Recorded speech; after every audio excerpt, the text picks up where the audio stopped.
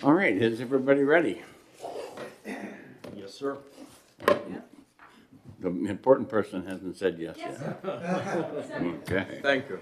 All right, our first bill is Senate Bill 115.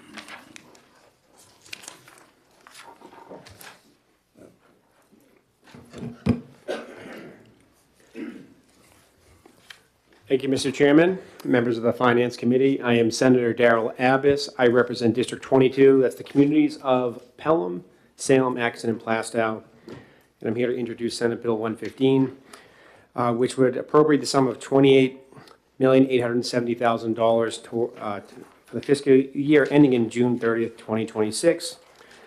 It's to the Department of Environmental Services for the purposes of the continuation of Phase 2 of the Southern New Hampshire Regional Water Pipeline.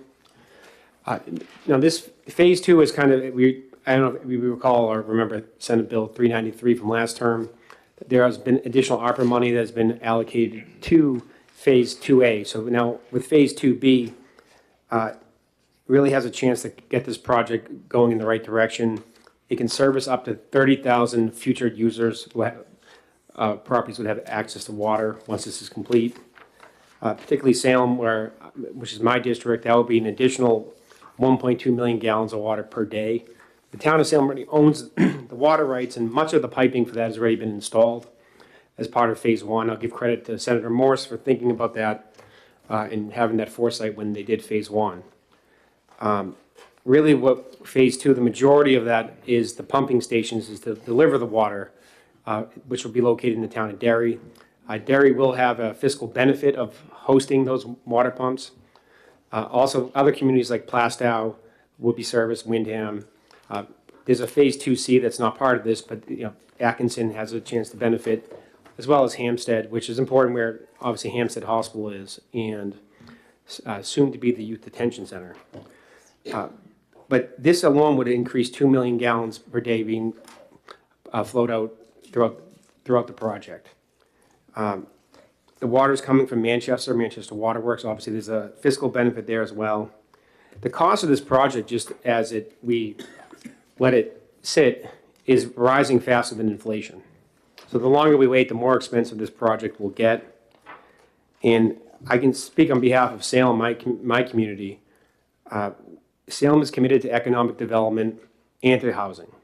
We hear a lot of people talk about the housing crisis and what can we do. Simply saying let's build more, let's change zoning, that's not going to solve the problem if you don't have municipal services. You need water, you need sewer, and electricity. And Salem's, I think, more than delivered on that commitment between the Tuscan Village project. It has housing, there's hotels there, there's a variety of different businesses that are operating there. There's currently 300 units being built above a Whole Foods right now. Those are still in the early. If you drive by, you can see it from Route 28. On top of that, there's a medical supply or a research company that's moving to Salem as well. That's going to bring 500 jobs with it. So on top of the housing, you have businesses now moving here from outside, excuse me, from outside of the state. But all this requires water, and the water supply is at its limit in Salem. It just is. So eventually, something's going to have to give.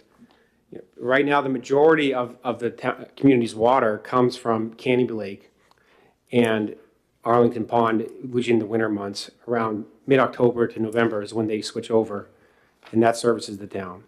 The last few years, Arlington Pond has had an issue with cyanobacteria, so it would delay this transferring over to Arlington Pond because of the bacteria issue. So we're running into a problem there where eventually some of this development is going to be halted, minus this project. Now, the other opportunity is north. We call it North Salem, but it's, well, you guessed the north part of the town. But over there, there is no water available or sewer. It's all septics and wells. We still have a majority of that neighborhood, including all the houses on Arlington Pond. Although this doesn't provide any infrastructure resource funds to do that project, to put water and sewer there, we can't even have that conversation at the local level without the water supply. There's no point in beginning with it. There's also a 2-acre size requirement there. There's some talks amongst the town council of changing some of the zoning at the local level, which, if you had water and sewer in that part of town, if you made it a 1 acre lot requirement, that would be, people would be very enticed to either build a new home or sell a lot of land, which they would do quite well with. But again, these opportunities are not available without the water supply. So I think this puts really the southern New Hampshire region, where there's a lot of economic development, on a path continuing to move forward, where we can continue that development. But again, without the water supply, it's just not going to work.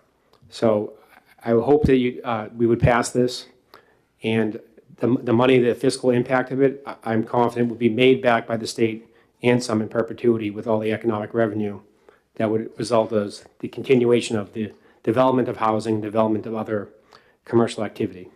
And I think for a community that's committed to this development, part of the problem is they do need these services.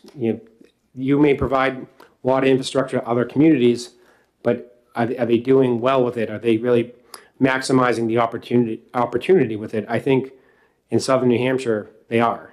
So I think to keep this going forward, this is a critical step in the right direction. And I'll be glad to answer any questions. Questions from senators? Senator Waters, we'll do you first. We'll go around. Thank you, Mr. Chairman, and thank you. Obviously, I'm a supporter of the bill, but I did just want to ask the question. When Senator Morse and others started the funding for water, really had to do with mitigation of the PFAS and other issues, and this is more of a kind of a development issue, it seems. So, what would be the impact on local municipalities if this state funding was not available and they had to foot it on their own dime? Well, thank you for the question. Well, first of all, there is PFAS issues in southern New Hampshire as well. This would, myself, I'm on town sewer. I live on Canby Lake. I have town sewer. I actually don't have town water. It's a dead-end street, and I guess the pump was not economically viable from what was explained to me. But I had to get my well remediated. I had to pay private for that. So that is a problem. And my well is, I would say, 150 feet from Canby Lake.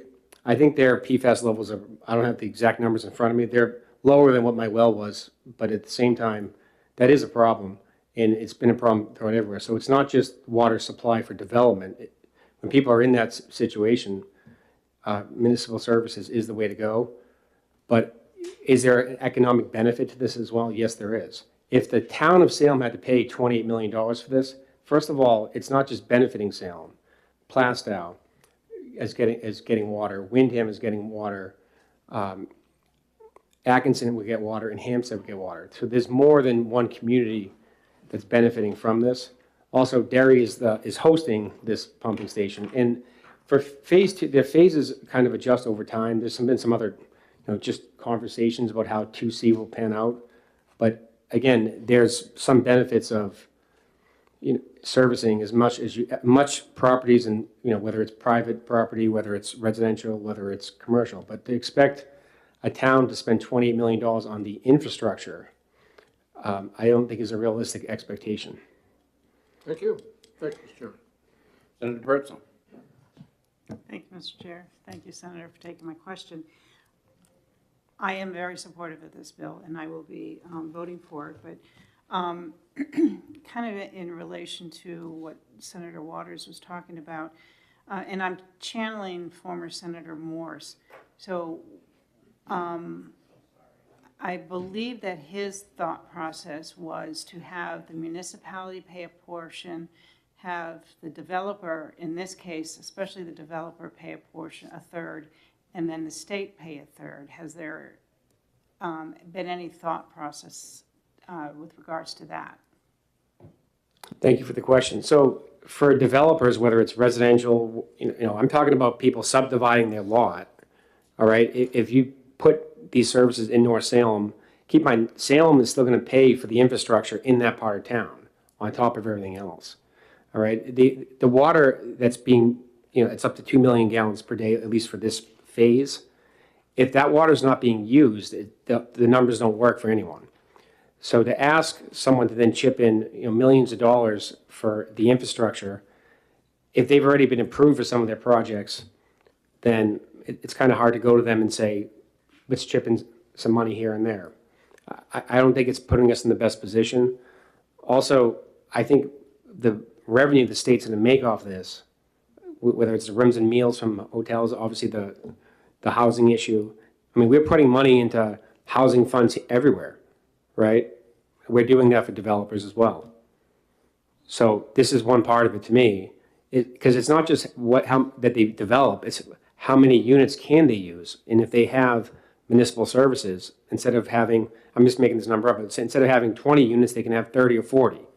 It puts them in a better position to maximize that development as well. So I think it's to now put this on the developers as well. I'm not sure the appetite's there, because if you look at where this is, it's multiple phases to this. We can't guarantee phase 2C and so on, because that part's not funded yet. If we funded the whole project in one swoop, maybe it's an easier sell. But a lot of those, again, those developers have been approved already by the local planning boards. So then to ask them, to me, is not the best way to go. I'm not saying I won't do it, but. Follow up? So, and we've talked about this, so what you're saying is the planning board went ahead and approved the projects with not enough water. Well- Expecting the state to pay for it? I wouldn't say that they're expecting the state to pay for it. I think the water supply varies from year to year, right? Arlington Pond's not contaminated every single year. But when it comes to the future development, I think it's important to understand, we have all this talk about housing, how are we going to do it? And I think putting a community in the best position to do it, I mean, the state's still paying for a portion of this under either plan. I just think having the town now pay for the water supply, they already bought the water rights to it. So I would expect that appetite's not going to be there, at least in my community. Additional questions? Senator Glenn? Thank you. So I apologize I missed this. Were there any talk on developers who are developing an impact fees to help pay for the water supply? There's been some talk about future developments, having some type of impact fees and stuff like that to address it. The specific wording that was used when we had those conversations, I can't recall the exact title they gave it. But we're talking about future developments. That's different than developments that are currently in progress. Well, but again, I think earlier you testified that you don't have enough water now, right? And that's based on developments that you've already approved, and you're short, and you need more water. I know, I think Salem is at its limit, but I also think southern New Hampshire as a whole, you wouldn't be doing phase 2B without 2A, and you wouldn't have done phase 1 unless there was a phase 2.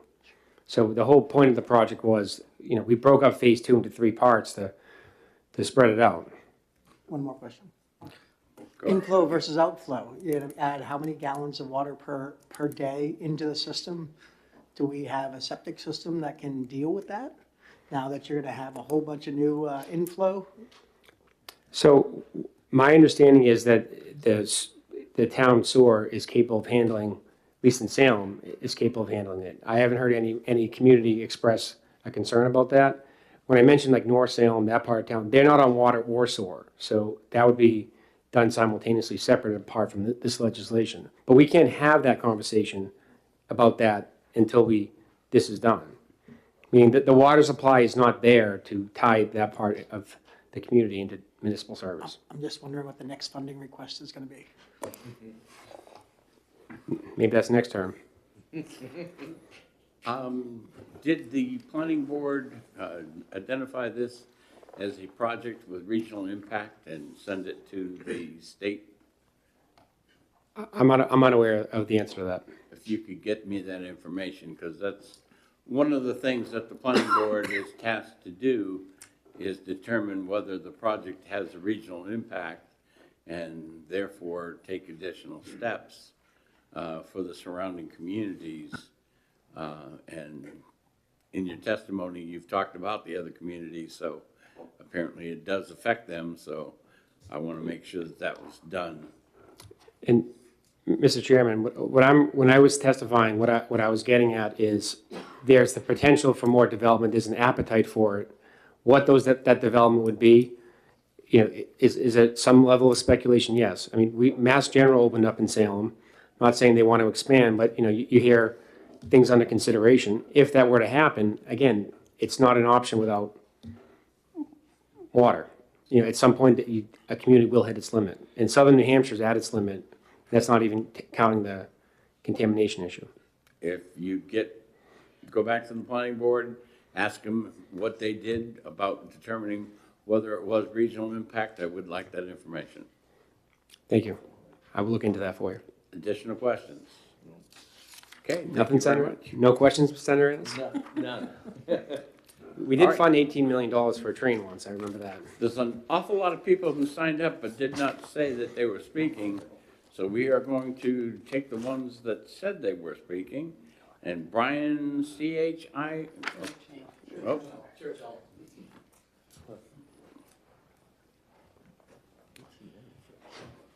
Thank you very much, Mr. Chairman and Senators. My name is Brian Chiricello. I'm a Derry resident. I'm a Derry Town Councilor, finishing up my 6th term. I'm not speaking on their behalf. I'm speaking on the knowledge base that I have being a town councilor. A few years back, Senator Morse did reach out to the town of Derry. My understanding is that he was trying to solve a problem in Plastow, which Plastow had some major problems. He, according to what I understand, he went to the Haverhill, Massachusetts, to find out if he could connect to their water system, and they just told him, "Why would we do that? We're not going to give you an economic benefit of that because we're kind of competing over the state line." So Senator Morse approached Derry. And I was one of the town councilors. Another councilor was Jim Morgan at the time, and we sat down with Senator Morse to find out what his plans were.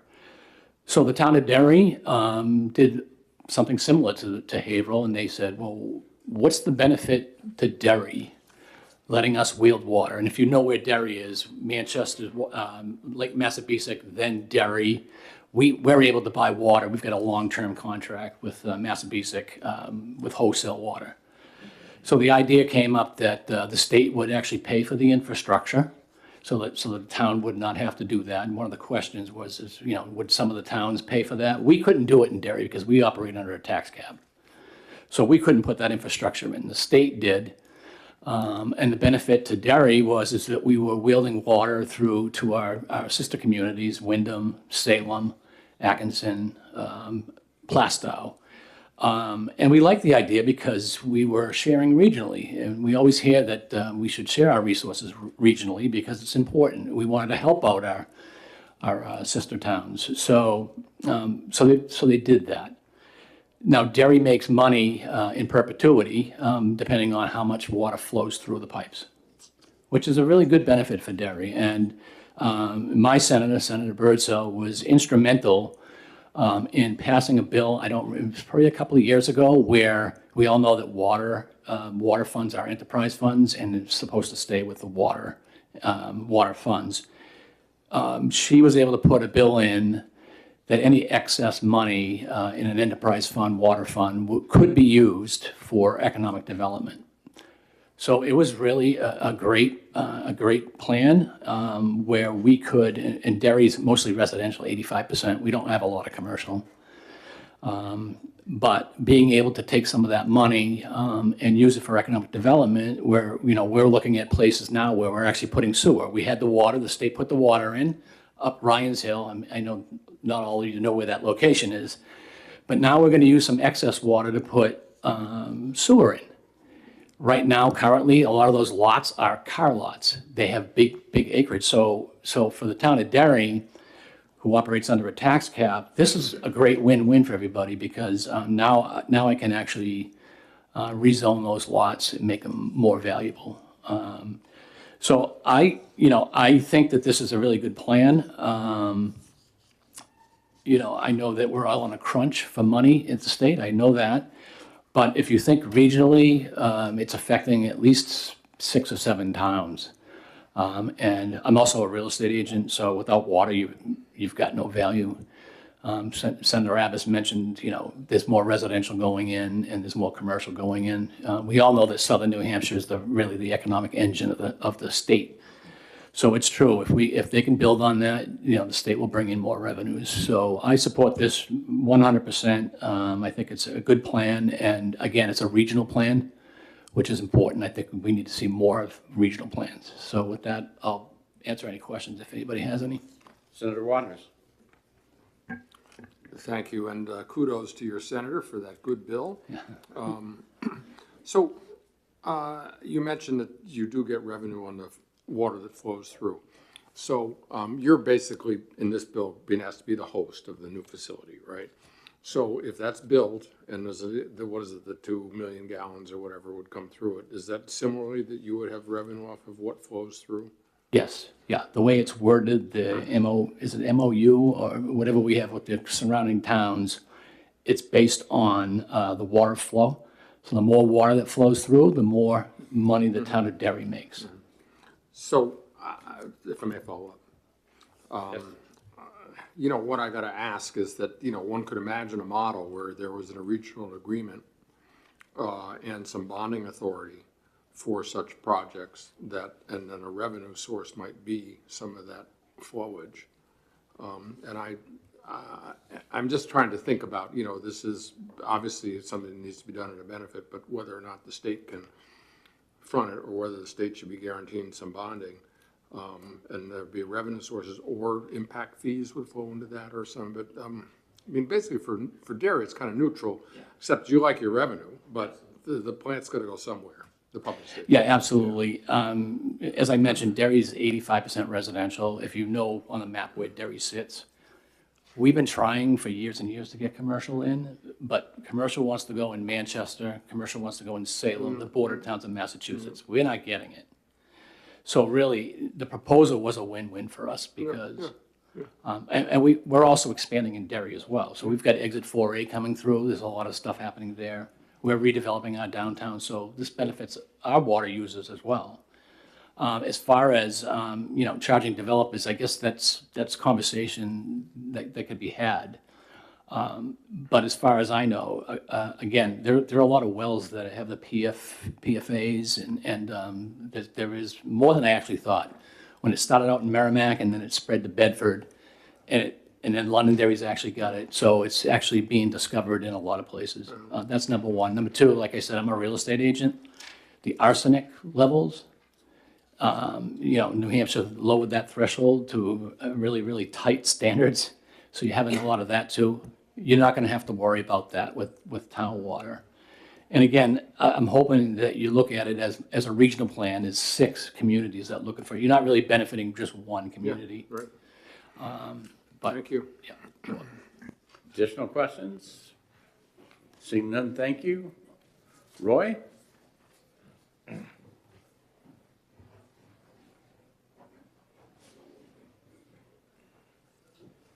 you, Mr. Chair, members of the committee, Roy Sorensen. You need to get the red light on. Oh, sorry. Sorry about that. Hear me now. There you go. Mr. Chair, members of the committee, Roy Sorensen. I'm the Municipal Services Director for the town of Salem. I also serve as chairman of the Southern New Hampshire Regional Partners. That group is the group that was assembled as part of this regional alliance. So you have officials from Manchester, Derry, Wyndham, Salem, Hampstead, Atkinson, and Plastow, also private entities such as Pennachuck and the Hampstead Area Water Company. I'm here today to speak on behalf of this project and the importance of it. I spoke last year at this time for SB 393. I can't reiterate the importance of this, and I'm not going to repeat what the first 2 speakers said because they covered a lot. I'll just tell you on our end, the spirit and or the incentive for this project originally, or the intent, was MTBE. All right, that was the focus of alleviating the concerns in those regional committees on the regional towns rather on the southern tier and the effects of that. As it relates to the town of Salem, we lost a well back in the 90s and the early 2000s due to MTBE contamination. That well provided 1 million gallons per day. We did have the ability to use an alternate water source in Arlington Pond. However, at the time, we had an administrative order put down on the town of Salem, and DES has stated since that time that we need to find reliable water sources, okay? So this is Salem as a whole, concurrent back in that time to the build-out we had. That administrative order was lifted probably around 2014, and we utilized both Canopy Lake and Arlington Pond. At the time this project came out, I think for the most part, I said this last year, it was pie in the sky. You were never going to get these communities to work together, contribute, collaborate, and have the focus of this project meet its intent, which is to serve water to the southern tier. All the communities certainly growing, housing, and all that. You've heard all that already today. Since that time, we have done that with Phase 1. Phase 1 is complete. And we currently are getting 1 million gallons a day over the Derry Town line. I say Derry Town line because Salem has stepped up in that our utility has taken over a portion of Wyndham to serve water to Wyndham. So we are the water supplier, and we also will, through our system, over to the Hampstead Area Water Company at the town line on the northeast side. Part of Salem's cause, and this, as I mentioned, we lost 1 million gallons per day, and we did pass a warrant article back in 18 at the bequest of the citizens for $5 million. And that $5 million was going to guarantee us water rights from Manchester for 1.5 million gallons a day. The Phase 1 allocation for town of Salem is 300,000. We are taking that every day. We are sending 300,000 gallons a day over to Hampstead Area Water Company. And we're also supplying the town of Wyndham with roughly 60,000 gallons a day, including the Pennachuck East utility. We're providing more water to Pennachuck because they are obviously experiencing issues today. If you look at today's issues, you're looking at PFAS and things of that nature. If you look at the federal standards, and I understand they're in litigation and they may be pulled back, but if you look at the current standards right now, we struggle both on Canopy Lake and Arlington Pond. You heard about the cyanobacteria at Arlington Pond. In general, our summertime usage, we're around 3 million gallons a day. We can hit peaks of 4.5. Our winter averages in town of Salem currently, as it's built out right now, we're around 1.8, 2 million gallons a day. So you can see that if we were able to take in that 1.5 million gallons a day, how that offsets and or supports our current capacity and infrastructure to the residents, commercial sector, and things of that nature. I think moving forward, as it was spoken here today as well, if you look at the housing and the development, all that I think is being considered. I think the biggest hurdle for Phase 2, if I'm looking at it from the outside looking in, is that large price tag number. So to come to this committee to ask for financial support, I think there's still going to be a delta there where you're going to have to capture that either in some of the towns through their own participation and or development. But I think the basis of this project, as stated right now, to get collectively those entities involved is certainly going to help get Phase 2 across the finish line. I'll take questions if you have them. Questions from senators? Senator Waters. Yes, thank you. So is there a current memorandum of understanding among the communities governing this new phase? I'm sorry, say that Is again. there currently a memorandum of understanding? Yes, there is. So governing we this new entered. phase? Yes, so back in 2019, all of the entities I mentioned entered into an agreement. It's called the Southern New Hampshire Regional Water Interconnection Agreement. All right, and it's broken, it's subdivided, explaining the top two phases 1 and Phase 2. All the towns, including the private entities, are signing members of that document. So, I mean, you probably heard my comments earlier. Would that be a vehicle for setting up kind of bonding authority or for a loan perhaps of this amount from the state so that there might be a revenue flow that would help mitigate the basically cash on the table from the state? I think it's an avenue. As I mentioned, I think the 28 million is a tall task, right? So you talked about some of the revenue that may come in and can use that revenue to offset it. Salem, like Derry, does make some money on whaling fees, as well as selling water into the Wyndham franchise area. But that revenue cannot be realized, I think, at this point in time to meet a number or a project number of 28 million. Because I don't think there's enough revenue right now because there's not enough water flowing. Thank you. Additional questions? Do you know if this was designated as a project of regional impact at the planning board?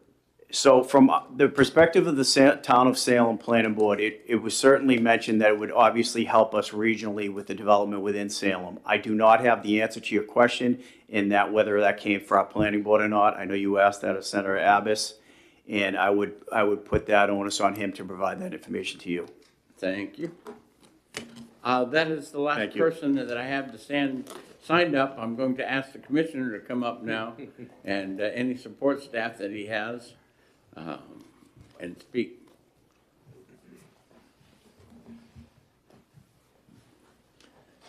Thank you, Senator. I realized I forgot to check the box, so I apologize. That's okay. That's all right. I wanted you last anyway, so. Oh, good to know. For the record, Bob Scott, Commissioner of the Department of Environmental Services. I have Mike Unger here, who will sit with me momentarily. He's passing out our testimony letter and a graphic showing the project. Mike is the lead engineer since the beginning for this project. I won't reiterate what's been said, but I just want to highlight a couple points. But at the end of the day, I really just want to make, as we did last year, make the department available for any questions, since we've been very involved with this project. At the outset, I'll say the department takes no position on how you fund this or that type of thing. But I will say, to answer some of the questions, I just want to bring up some points. So the towns, yes, there's a lot of state funding that's gone into this project. The towns, however, have their own in-kind match, if you will. So the projects are managed at the town level and take the town resources for that. The towns also are involved in the distribution, not just the trunk lines, but getting the lines to the needed homes. And even Derry talked a lot about the benefit. They're still on the hook for all the operation and maintenance of those lines. So I just didn't want to just kind of flesh out that a little bit. I will say the project has been definitely advantageous for the southern part of New Hampshire, and this is the only project of its kind in New Hampshire. But in addition to the PFAS and the cyanobacteria issues for some of the water supplies we've seen, like Arlington Pond and Salem, we've been in severe drought multiple times since this project was developed, and this has been a really help to the communities. The other thing I'll point out is when we look at town funding, again, this is regional in significance, and it does present challenges. I'll speak for the towns. So we go to town meeting, for instance, and say, we need more water, so we need you to give money to another town, is a difficult messaging, if you will. So this is another area where we're breaking new ground, so to speak, but also I think outside monies helps that effort. So again, as I mentioned, so I have Mike's available as I am for any questions, and I thank you for your time. Senator Bertzel. Thank you, and thank you for taking my question. So do we still have money in the MBTE fund? There are some monies available for that, but that is the settlement agreement. We're only allowed to use that for MTBE contamination, not other things. Follow-up? Yes, ma'am. So from what I heard in some of the testimony, a part of the reason why this is being done is because of the MBTE in Salem as well. So couldn't we utilize some of that? So we've leveraged any properties that we're aware of that we've been able to find that it has MTBE, we've been able to leverage those funds already, and that's been an integral part to this. I think, unless I misunderstood, you may have been hearing about PFAS, which of course is Right. the new thing on the block, so to speak. So I heard about that too. yeah. Thank you. Senator Rosenbaum. Thank you. Thank you for taking my question. How much money is available in the Drinking Water and Groundwater Trust Fund? I don't have the exact figure, but I think we're hovering just shy of $100 million, I believe. Follow-up. Yes. And could those funds be used for this purpose? Certainly, that's a factor, and they have been in the past also. I mean, part of the initial getting this project started was a combination of many funds, MTBE, trust fund, community funds. So yes, there's a potential there, obviously. For those, I think you're all aware of this anyways, there's a 14, 17, I'm on it, I should know, as well as Senator Waters. There's a trust fund commission that basically votes how those monies are used. But there's 100 million. Just Yeah. shy of that, I believe. Thank yes. you. Additional questions? Senator Waters? Being a commission member, I'll follow up.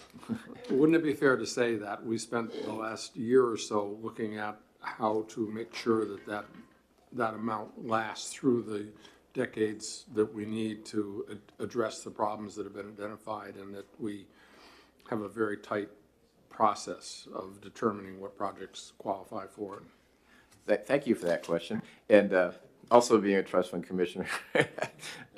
Yes, so the intent anyways, obviously the legislature can do what the legislature wants, is for the trust fund to be an ongoing thing.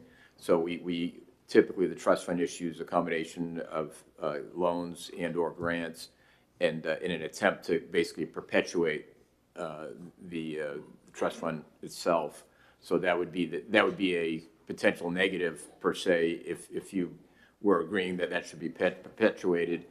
The larger bites that are taken out of this, there's less to do, obviously. So, Senator Lang? Thank you. So relative to water grants we give for other communities, right? How, does that usually work through a matching grant? Would this be unique in that we're giving 100% of the cost to the community versus having a matching grant program? depends. Again, this is unique in that it's a regional project, and there's kind of synchronized swimming, if you will, for the towns and the water systems. So it's a combination. The trust fund, for instance, if they believe the situation is correct, does do and often does 100% grant, for instance. For our federal monies, it depends on what it is. In the context of ARPA, we were very fortunate to be able to use over 200 million of the ARPA funds for water and wastewater projects in the state. That was 100% grant. Our traditional for our state revolving loan fund is just that. It's a loan, but with potentially a certain amount of loan forgiveness. So I guess that would be closer to what you're talking about. So a lot of words to say it depends, I guess, if that helps. So again, but I think we have, right, I'm looking at Senator Shardy's bill for 240 that talks about replenishing a fund for cities and towns, payments to cities and towns for water programs. I'm assuming we have a program in place that does, if a town has a water project, they can apply to DES, and if we have grant dollars available, we would give those grant dollars to them. Yeah. But is that usually done through a matching program? It depends sometimes. So I don't remember which is the Senator Riccardi bill. Are you talking the state aid grant bill? Is that what you're talking about? We haven't heard it yet. It's going to be a little bit later today. Yeah, so but that's it's 100%. $15 million request to DES for the purpose of making payments to communities for projects and new awards. That's effectively, I guess I'll be the spoiler for your bill, I guess.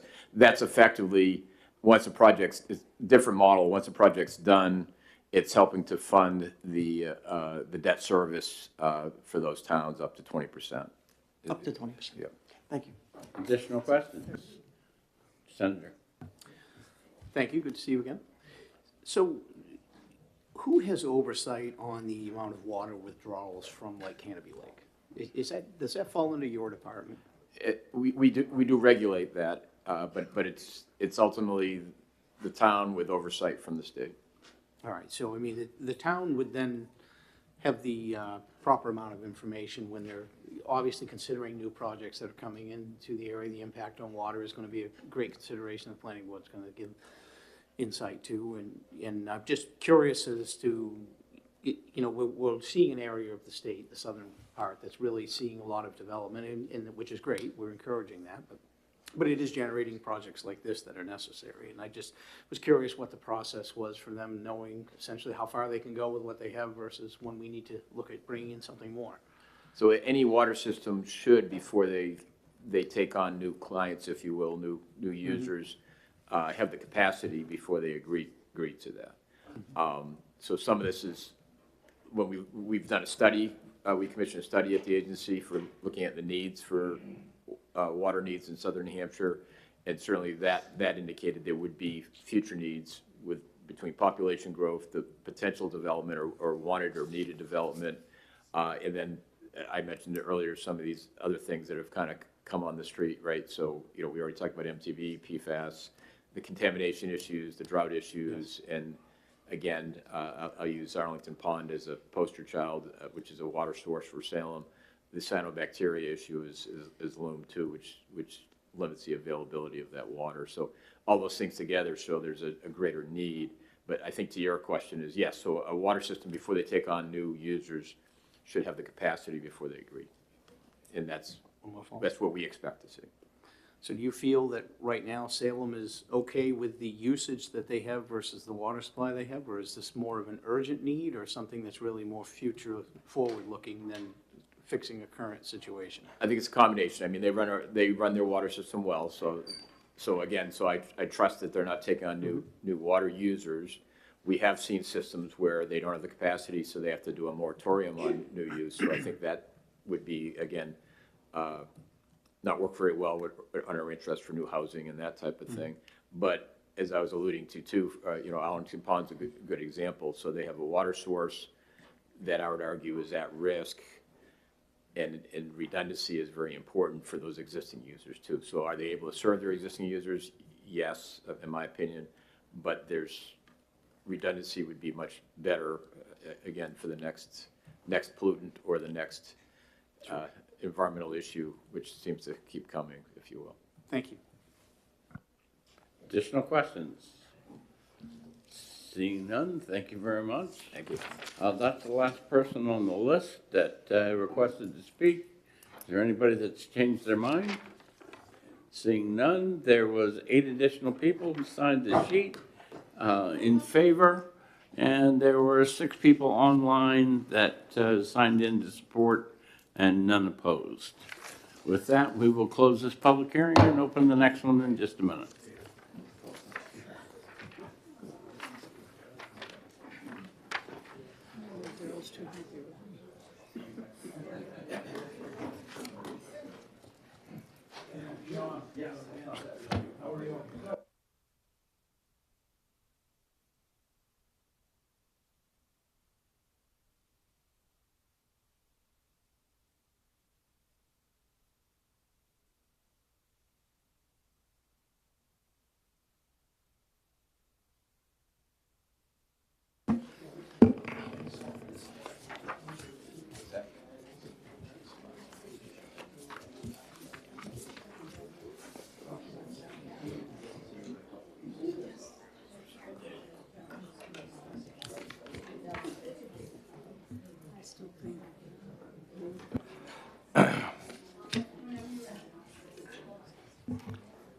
Senator Ennis.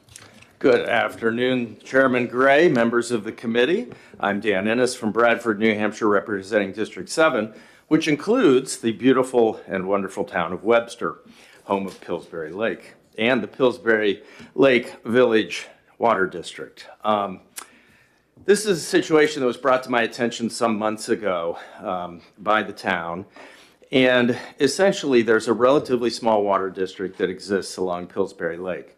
It was put in the 1960s. And there were a number of things that were developing with the system requiring maintenance and so on to try to keep the water flowing appropriately and serving the customers. And the district borrowed $300,000 to cover some upgrades, and those are indicated in the bill before you. The first is piping upgrades for $155,000. Next was water filtration, $105,000. And there is a suggestion they might want to do a new well, which will be cheaper to operate for $65,000. And I'll let the water district talk about that. There may be a little wiggle room there.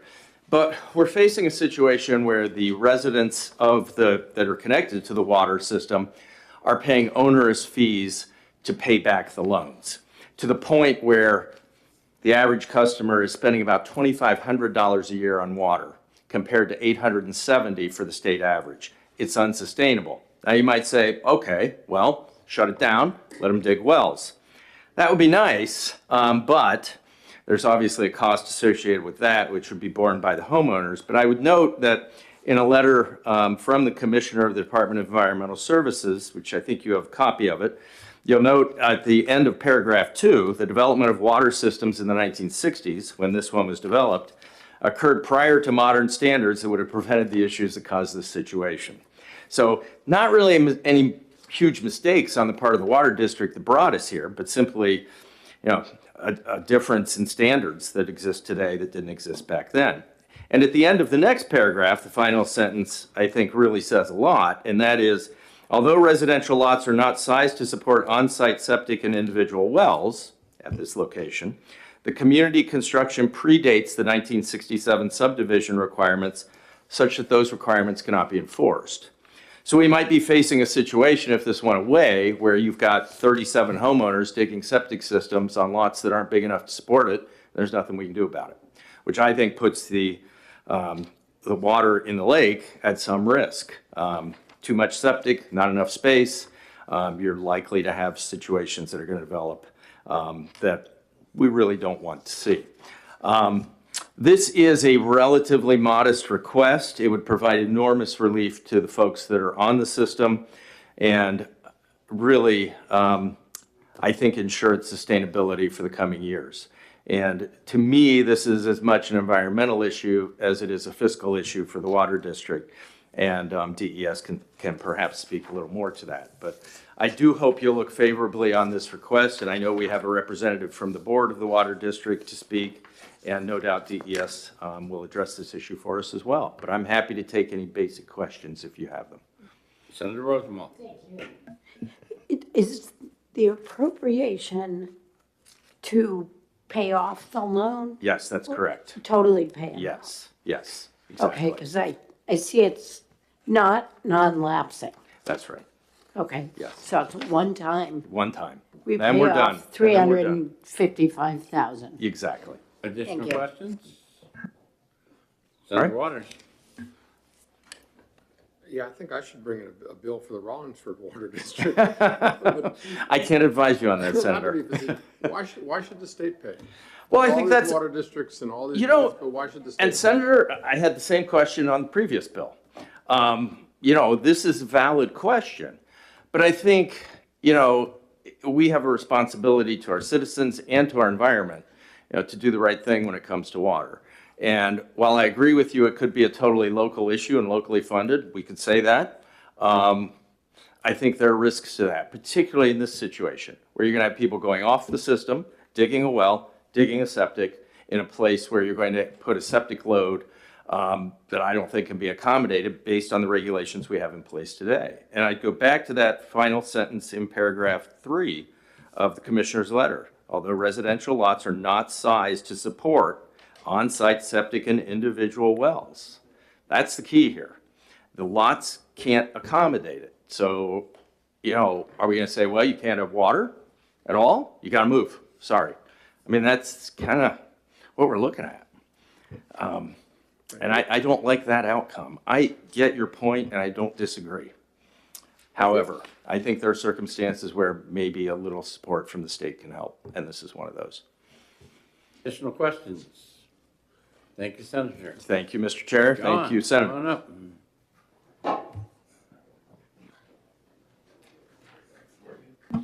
Just tell them where you're from. Thank you. My name is John Mariganis. I'm from Webster. I'm a resident. I'm a user of the community water system. I am not a board member, just to correct Senator Ennis. That's okay. I think you My should wife be. and I have formed a group called the Community Water Advocacy Group, who's focused exclusively on improving the community water system. And we, fortunate enough, got introduced to Senator Ennis. I think he's given a clear picture. Right now, the water bills are breaking the backs of the remaining 30 customers. When we first came 4 to 5 years ago, there were approximately 125 community water users. And as Senator Innes mentioned, the district PLVD was formed in 1967, the summer, and was formed to create a community water system. As he said, because the majority of the lots in that district are postage-sized lots, quarter-acre lots, which are not conducive, as you know, if there's any kind of problem, septic or the private wells have a problem. There's no place to go. The properties would end up being abandoned. There's no other alternative water source other than the community water system. So I'm here today representing the CWAG group, the 30-odd people that are left, hoping that you'll support the one-time effort to relieve us of the loans. And then we will carry the rest of the load to operate the community water system. I thank you for your time. Questions from the senators? Not so much a question, but a comment. There are 37 customers on the system presently, according to DES. Correct, that's about the number. 37. Yeah, yeah. And it was once over 100. So what happened to the others? The other Where did they go? Community water system owners ended up putting in a private well, which was costly, and many of them, or some of them, regret doing that.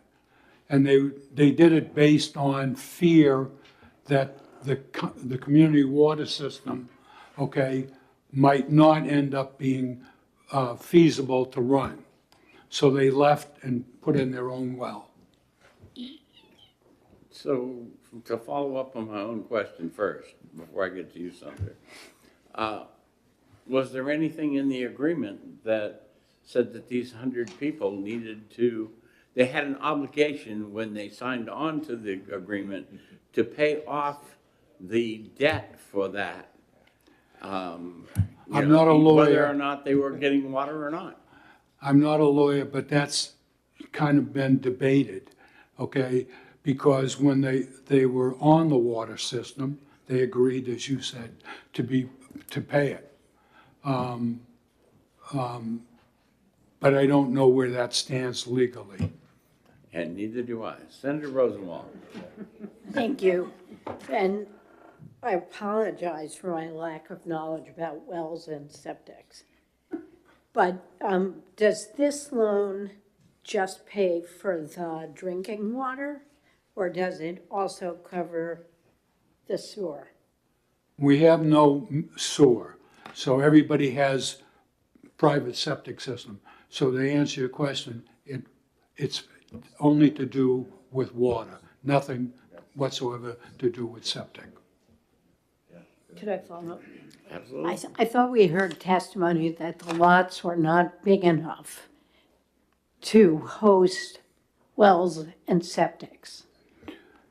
The lots, especially the postage-sized lots, okay, are not large enough to maintain a private well and a septic system. But there was a law before 1967 that Senator Innes, I think, described. I'm not 100% familiar with it, okay? But it has to do with whether you could put a septic system in. DES will be up here in a minute. Brendan is signed in. The general rule of thumb is that if you are going to put in both a septic system and a well, that you need approximately 40,000 square feet. They'll either confirm that or not, and that you need a radius of 75 feet around the well. But again, those questions we can get from DES. So, all right, any other questions? Thank you for your Without time. further ado, Brendan. You saw the letter. That's it. It's not enforceable.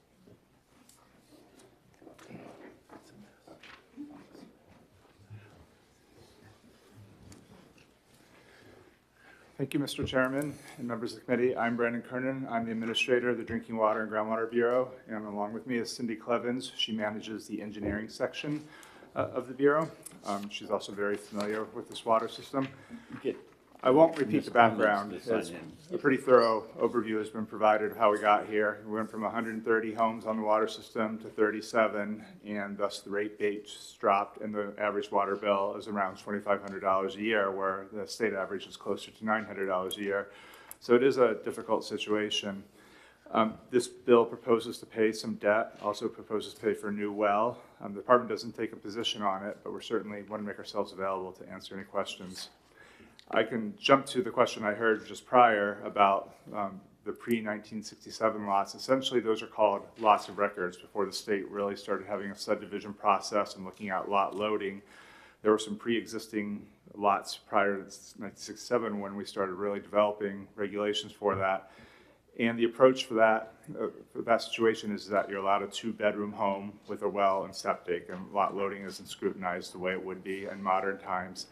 The only real prohibition is that the well needs to be at least 25 feet horizontally away from the septic system, and then vertically at least 75 feet. So you may have to drill a well with steel casing very deep and grout to keep that separation from the septic system. Those are very costly wells, and obviously you don't know the success of hitting water until you incur those costs. So it is a costly proposition. You could be looking at $50,000, $60,000 for a well that has that kind of enhancement with it. And my estimate about the 40,000 square feet, that's the current, approximately? It sounds reasonable. Depending on soil. Yeah, and topography and all that, but it sounds reasonable, but it could be much greater in certain circumstances and much less possibly in others. Senator Rosenwald, did you want to follow up with any of those questions you were asking? I do. So am I to understand that you could have a septic system on these postage stamp lots, but not both a septic system and a well? For these pre-1967 postage lots, probably yes, as long as you can get that 25 feet of horizontal separation and then drill the proper well with the casing and grout. So that's isolated from the bottom of the septic system by 75 feet or more. Thank you.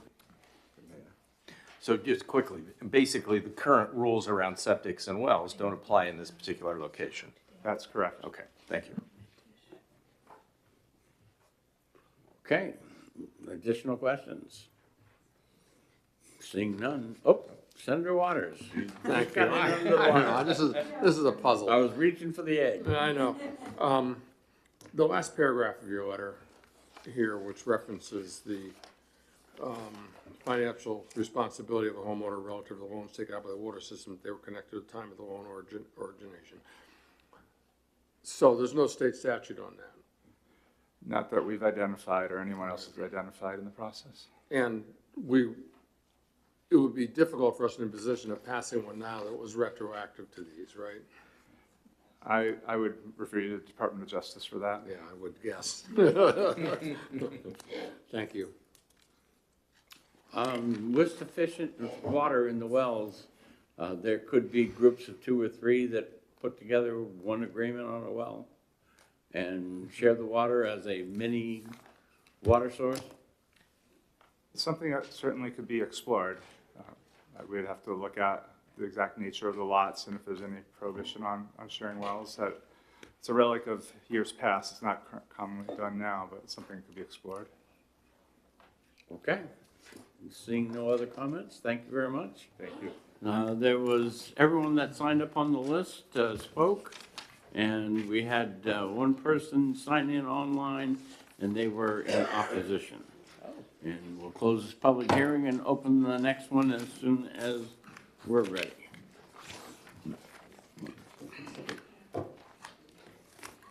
Thank you.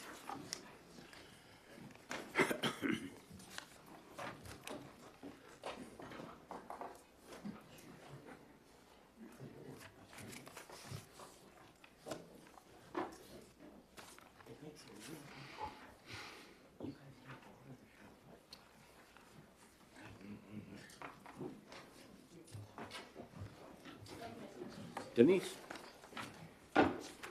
We'll open the public hearing.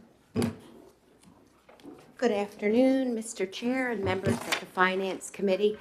I am Denise Ricciardi, the State Senator for District 9, 13 beautiful towns from Bedford to Hinsdale. I'm here to talk to you about Senate Bill 240 FN. It's appropriating funds for water waste infrastructure projects.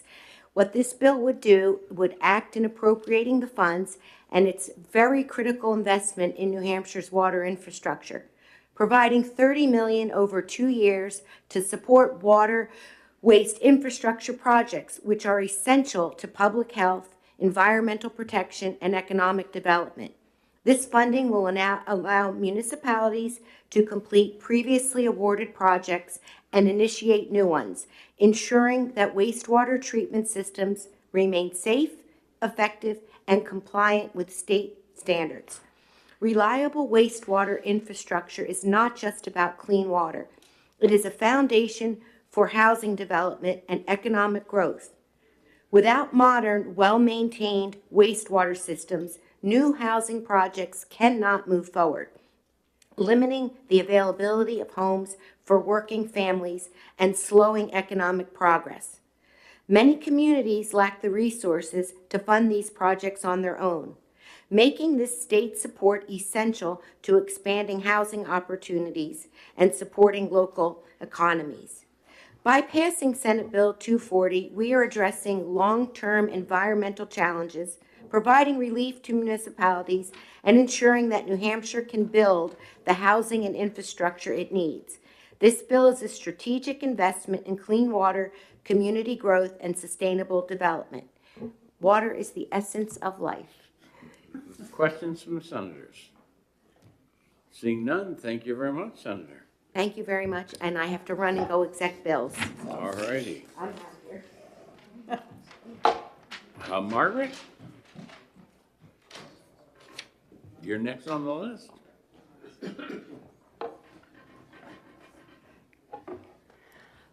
Good afternoon, Mr. Chairman and members of the Senate Finance Committee. I am pleased to be here in strong support of Senate Bill 240, appropriating funds in the next biennium for state aid grant projects. I do not think I could say it better than the prime sponsor who introduced this bill about why it's so important to invest in these local projects. I would like to sort of reiterate that for many years, these projects were not funded, which led to municipalities picking up approximately $50 million in what would have been the state grant portion, the 20 to 30% of these projects in the years following the Great Recession, and also led to them picking up the portion of those projects that were sold to the voters as being eligible for grants that never did come. We are in an exciting position with the budget we are currently in that it did appropriate $27.9 million for these grants. And so the current budget did continue the program by providing funding. And Senate Bill 240 will essentially allow the program to continue by providing the funding necessary for the 20 to 30% grant matching funds. Senator Ricciardi has reiterated the importance of these projects for economic development, and certainly in the housing realm, as part of the Housing Champions program, there's been a recognition that without the appropriate water and sewer infrastructure, housing development also cannot be expanded. So the state aid grant program is a wonderful complement to the initiatives that were created through the Housing Champions program. So we are in strong support of Senate Bill 240, and if I may, Mr. Chairman, I have copies of NHMA's state aid booklet, which includes state aid grant history. Thank you very much. Questions from the senators? Senator Pearl. Thank you. Just for my own clarification, we've heard two other bills on drinking water, Yes. but this one is only for wastewater Correct. infrastructure? Okay, just wanted to make sure I was understanding correctly. Thank you. Senator Lang. Thank you. So last year, there was funding in the budget. Current biennial budget, $27.9 million over the biennium to fund projects that were eligible. And that was after many years of insufficient funding and the delayed and deferred list and projects sort of languishing that would have otherwise been eligible. Follow-up? Follow-up? So that $27.9 million, that was paying for existing projects that were already approved. And do you know where the funding stands now, how much of that's been spent versus not spent? I do not have those numbers, I apologize. But I know that there was a very long list of eligible projects, and I know that there is a very long list that we got from the Department of Environmental Services of projects eligible right now. So if the funding goes into the state budget for this upcoming biennium, it's not as if we'd be waiting for projects to sort of come out of the woodwork. There are projects ready to go. Last question. Do you know if it's in HB 1 or 2 this year? So historically, House Bill 1 has included what's referred to as the maintenance budget. And so House Bill 1 would include the payments on projects that the state has already started to pay, because those then become contractual obligations of the state. But historically, House Bill 1 has not included the funding for new projects. So the funding to continue the program for new projects that would be eligible. And I assume when you meant, I apologize, for this year, you meant the budget we're about to get. Yeah. The budget, the budget. No, well, two things, right? So how much is, based on the previous year's budget, you've explained that. It's based on previous approvals, and we're maintaining, funding those as the state committed to those. And it doesn't include any money for new projects. Correct. And this funding request would be on top of that, so it would be 100% basically new projects? So $15 million? the current budget has the 27.9 million for the projects that were new projects at that time that budget was adopted. The budget we're in right now and about to finish up. If this 30 million goes in the upcoming biennial budget, that will be for new projects that aren't already receiving the grant funding. Thank you. Senator Rosenbaum. Thank you. When we say new projects, do you mean projects that haven't been started yet? No, these are projects that have been completed, and the state is helping to pay 20% of the debt service, right? That is correct. And so there is a long list of real projects. They are not hypothetical projects. They are real projects that have been completed or are underway. And that is the list that the Department of Environmental Services can provide, that those projects are ready to be funded, essentially ready to receive that 20 to 30% that would be appropriated by this $30 million that's proposed. Oh, look, please. So this is what I think of as buco bucks. And isn't it true that we have been funding them, these projects, these pay down the debt service of completed projects for some time now, not just once, but years, at least several years, several budgets. We have been appropriating money to pay 20% of the debt service of these completed projects. There's certainly of the appropriation in this current biennial budget that we're finishing up, yes. The budget before that, I know that the history is outlined in the book we just handed out. I don't know about the budget before that. But there is someone else in this room who knows the history of this funding extremely well, sitting behind me as well. Thank you. Additional questions? Seeing none. Thank you. William.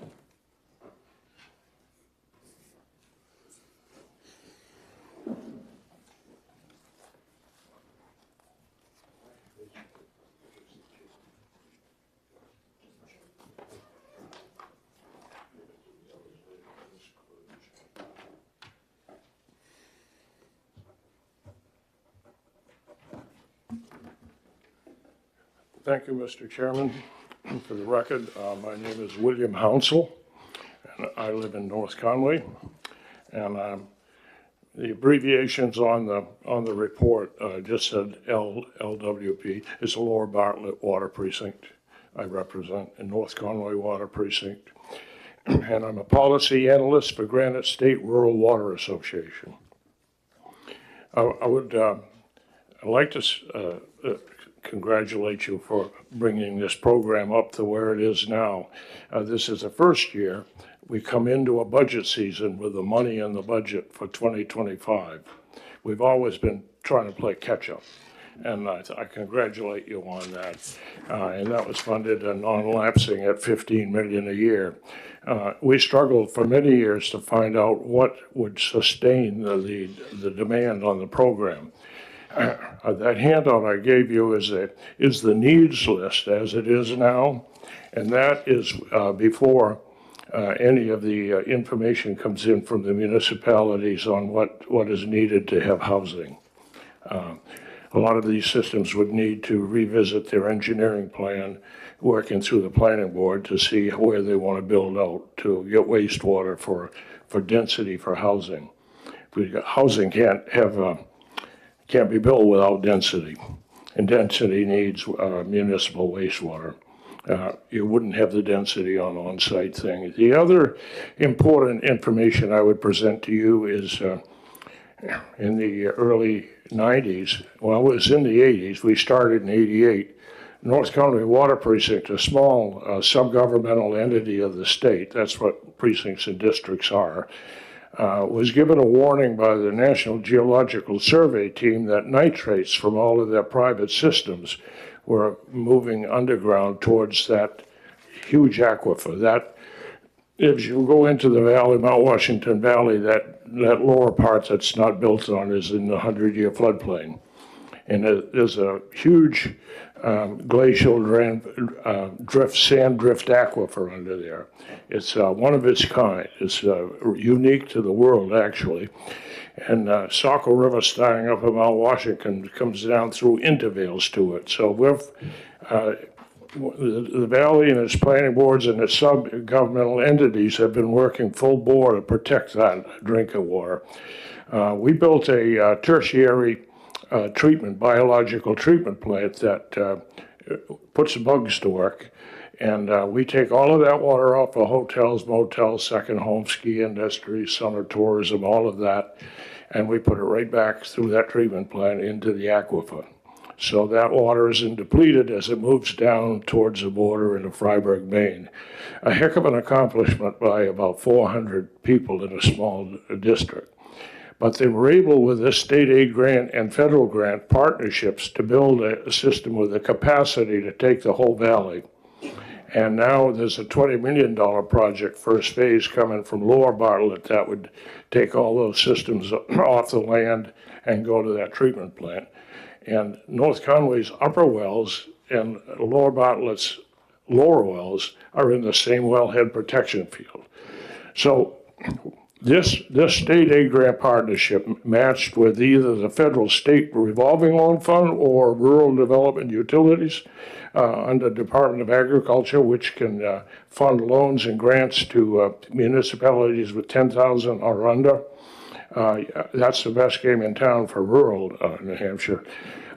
We've been able to build $75 million worth of that infrastructure at an affordable rate.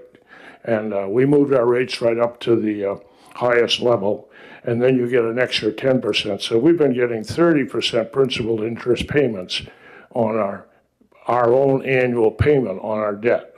Now, all the debt on this program is taken on by the municipalities. Herein lies the huge challenge.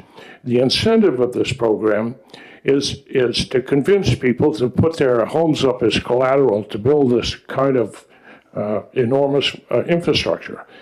And they need to know that it's affordable. And in the past, we said, well, it's affordable because RSA 486 says the state shall pay the 20 or 30%. And we found out that during hard times, that's not really reliable. But you've done well to get us back up to speed. And I encourage you to stay at this 15 million flat line, because right now that handout shows you the projected turnover of applications year by year. That's the needs list. I suspect that in August, when municipalities come in to address housing, you'll see that increase through the years. And through the 90s, we saw peaks, whether we were... We need to stay on this bill. Yeah. The background is wonderful, but... Okay. Well, this bill, I'm trying to show you what happens when this bill isn't funded. It has high peaks of demand and low peaks. And that isn't good either. So this gives an even flow so the legislature and future legislatures can feel comfortable with keeping it at a flat line. And keep in mind that flat line can be assessed through decades by the DES on the demands list coming in. But I would encourage you, right now, the applications coming in are about $9,179. And they're from two in Ashland, one in Durham, one in Keene, 2 in Lebanon, Manchester has got 4. So these come in phases. You'll see the high demand on the demand list, but the actual construction comes in phases. As far as how it comes in, after the municipalities build it, they have to go through 1-year warranty before they're eligible for money through the Governor Council. During that 1 year, that's when they put, and that would be like 25, they'll be putting in their applications. The DS certifies it for payment, it goes to the Governor Council, it can't go to the Governor Council without the money being there. This is all the more reason why that money should be there. Not only to help pay the 2/3 bonds because the people know there's a partnership, but that the flow would be evenly put phase by phase as they built to the Governor and Council. So I encourage you to, this is a starting point for everything the state needs to do for economic development and housing. Questions from the Senator? Thank you for always coming before finance every year. So the cities and towns bond these projects over 20, 30 years. And when they're completed, they can apply for 20% of their debt service to be paid for by the state. So I'm trying to get clarity on how this important program will help us build housing, because it seems to me like it applies to wastewater systems that have already been built and are completed. I'll give you an example from a town I'm very familiar with, the town of Conway, New Hampshire. The selectmen in the town of Conway, New Hampshire, have never been in the wastewater business or the water business. It's Conway Village Fire District and North Conway Water Precinct and Lower Bartlett Water Precinct, sub-governmental entities of the state. Conway Village Fire District just dissolved and turned themselves over to the selectmen of the town of Conway. So the town of Conway now is in the ambulance and the fire business, but also in the water and wastewater business. Their next move, because the town of Conway terribly needs housing for workforce and just for families to be able to stay and live in the valley. So they are going in the process of hiring a consultant engineering firm, which is a prerequisite to this program to get the money to do the water wastewater plan of the town of Conway. Their master plan that was just re-put in place says they need to take water and wastewater out to East Conway Road on an industrial zone and out across the bridge on 302 to Center Conway, whereas the zoning says is the best place for housing. So as they playing around, and that's the link between all these planning board issues and housing, as they plan around that, the plan of how to move this system out there is part of they'll be added to this list. And then they'll start to build in phases. And if we work as fast as we can, it's going to take years. I was in North Conway when we wrote this bill. We're getting way away from the bill. What the bill is to pay the interest on loans. You're talking about how we build it to begin with. All right. Well, I don't need to know how to build it to begin with. I was trying to answer the senator's question. Is it a good thing or a bad thing that we pay the money for the interest on the loans? It's a good thing. It wouldn't happen without it. Okay. And I'm here to try to answer the entangling process of getting it done. Additional questions from the senators? And the key process is this bill. Thank you very much. You're welcome. Thank you. All right. There's no one else on the sign-up sheet. There were 10 people who signed up online, all in support. And with that, we will close the public hearing, and we'll open the last of the public hearings in just a minute.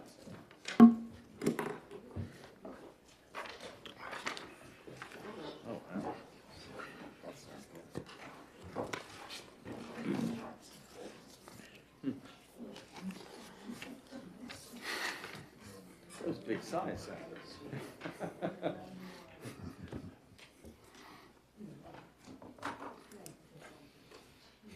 It's infectious. When you started talking about flatlining, I thought, that's me.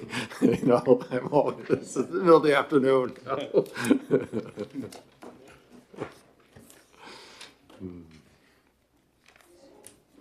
I wish Revelstoke stayed open later.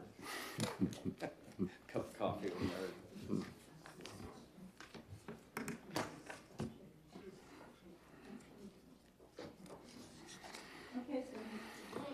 Senator Waters. We'll open the Thank you, public hearing. Thank you, Mr. Chairman and members of the committee. I'm Senator David Waters, District 4, to introduce Senate Bill 239. And please note that there's a replace all amendment, and that is to what I will be speaking. The replace all amendment, you will see, appropriates fund to the Fish and Game Department for continuing environmental review and to cover a deficit for previously instituted salary increases, and I'll get into those details in a moment. But why was there a Senate Bill 239 in the first place? So this arose out of the study committee that we had last summer on fish and game funding. A very thorough study was done. I've had the executive summary of it sent to you. If you want to do a real deep dive into all the revenue sources and expenditures and operations of the department, you can look at all the documents that were provided in the appendices to that, which are online for you. And a few things became clear. There was some good news that actually the search and rescue funding which had been such a crisis, is now being covered well by the Hike Safe Pass. And there are other potential areas that Chair Spillane and I worked out for some potential other ways to bring some funding into the department. But the fact that we came up against, as you'll see in the report, was it looks like there's potentially a $3 to $4 million problem about sustaining the operations of the department. And while the Fish and Game Fund has some pretty substantial funding in it right now, the projection is that within a couple of years that will be drained down. So what I thought at the time of funding was I would put in a kind of a placeholder bill that would cover some potential areas. In talking with the new director, Director Simek, who is here, and I'm very pleased that you'll have a chance to introduce yourself to the committee. She came in after the process of that study committee was just about complete, although Director Mason had apprised her of all the information and the things that we were discussing. I will say that in her time so far, that she's done an extraordinary job of looking at the finances, looking at how to sustain, what kind of computer upgrades are needed, what kinds of duties may be ones that are or not appropriate for the department. So I think we have an excellent new manager there, but still the fact of the matter is that there is potential need for funding. So in my conversations with the director, identified these two areas as ones that were going to be requests into the governor for her budget.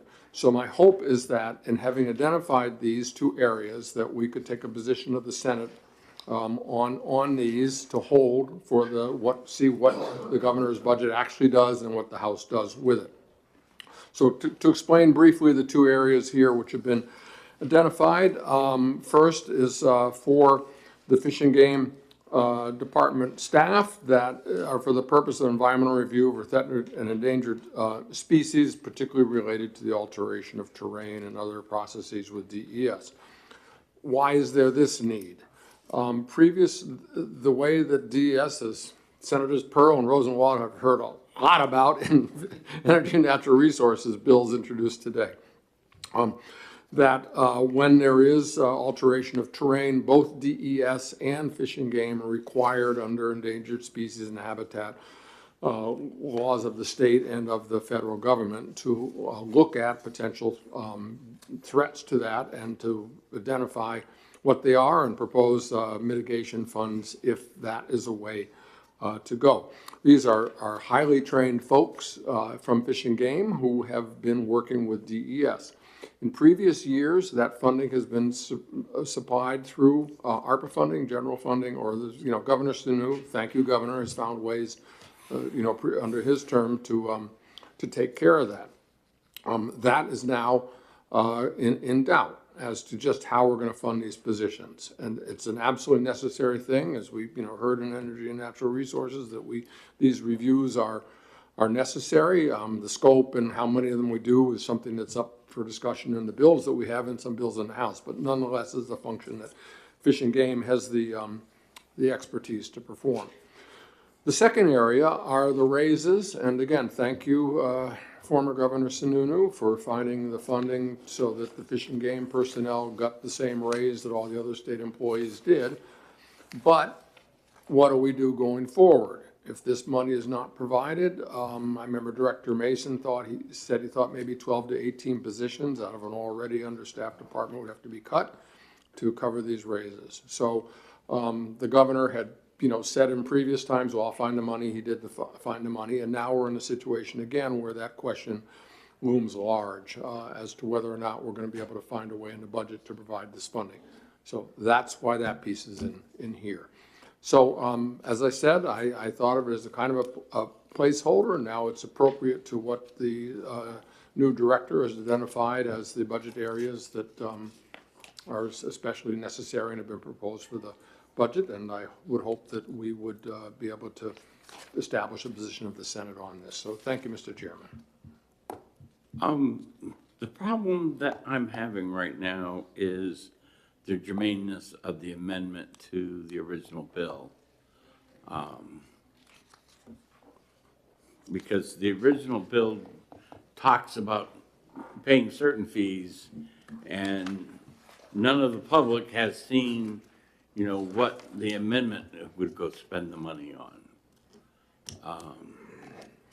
Well, thank you, Mr. Chairman, and I apologize for the lateness of it, but this is as quick as I could get it determined that this was the way to go from conversations over the last couple weeks because of the status of the governor's budget development.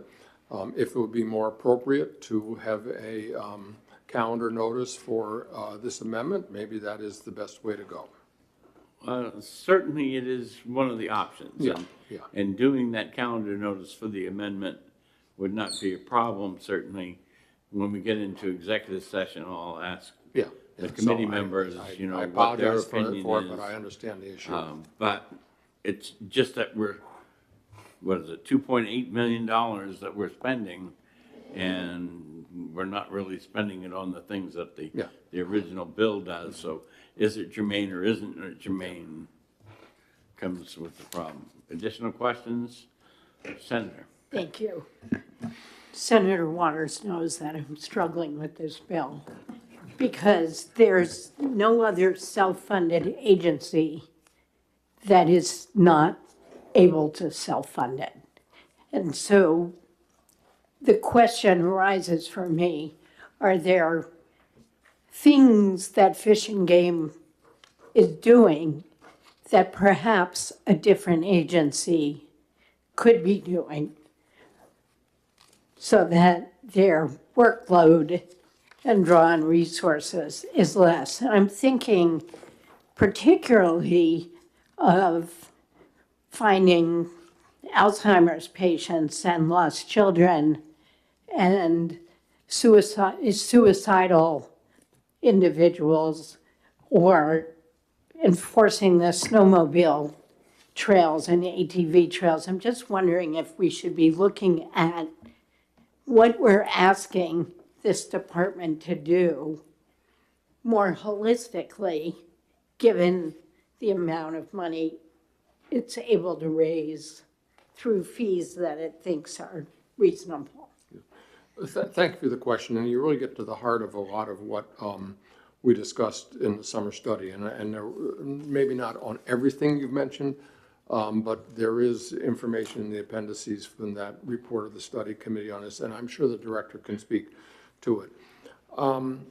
Has there been some, growth of the mission of Fish and Game? Certainly. It oftentimes has to do who has the expertise to do certain kinds of searches, and whether or not the local police departments up in the North Country in particular have the capacity for some of these things. But I think it's very good to scrutinize this, and as I said, I think we can have a great deal of faith in a new director to really be looking hard at this and to be able to come forward with proposals.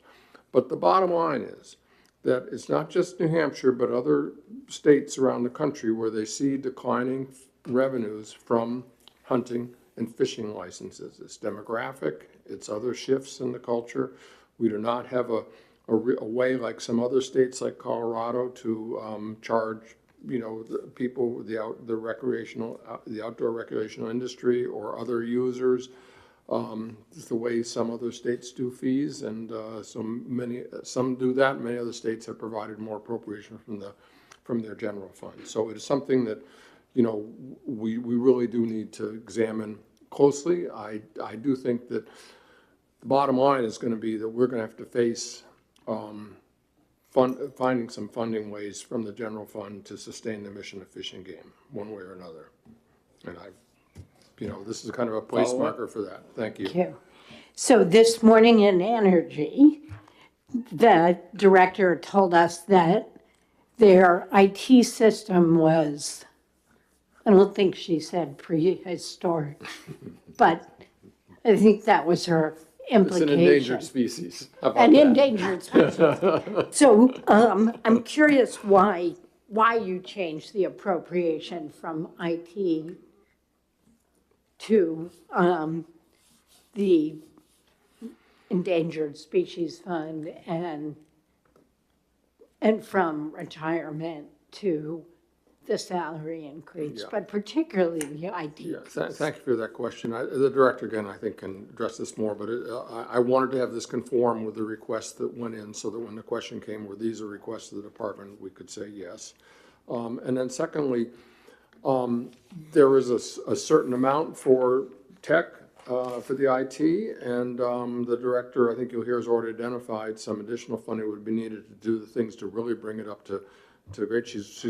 You'll hear focusing very, very hard on everything about IT, but this is what's ready now as a proposal. Thank you. Additional questions? Senator Lang.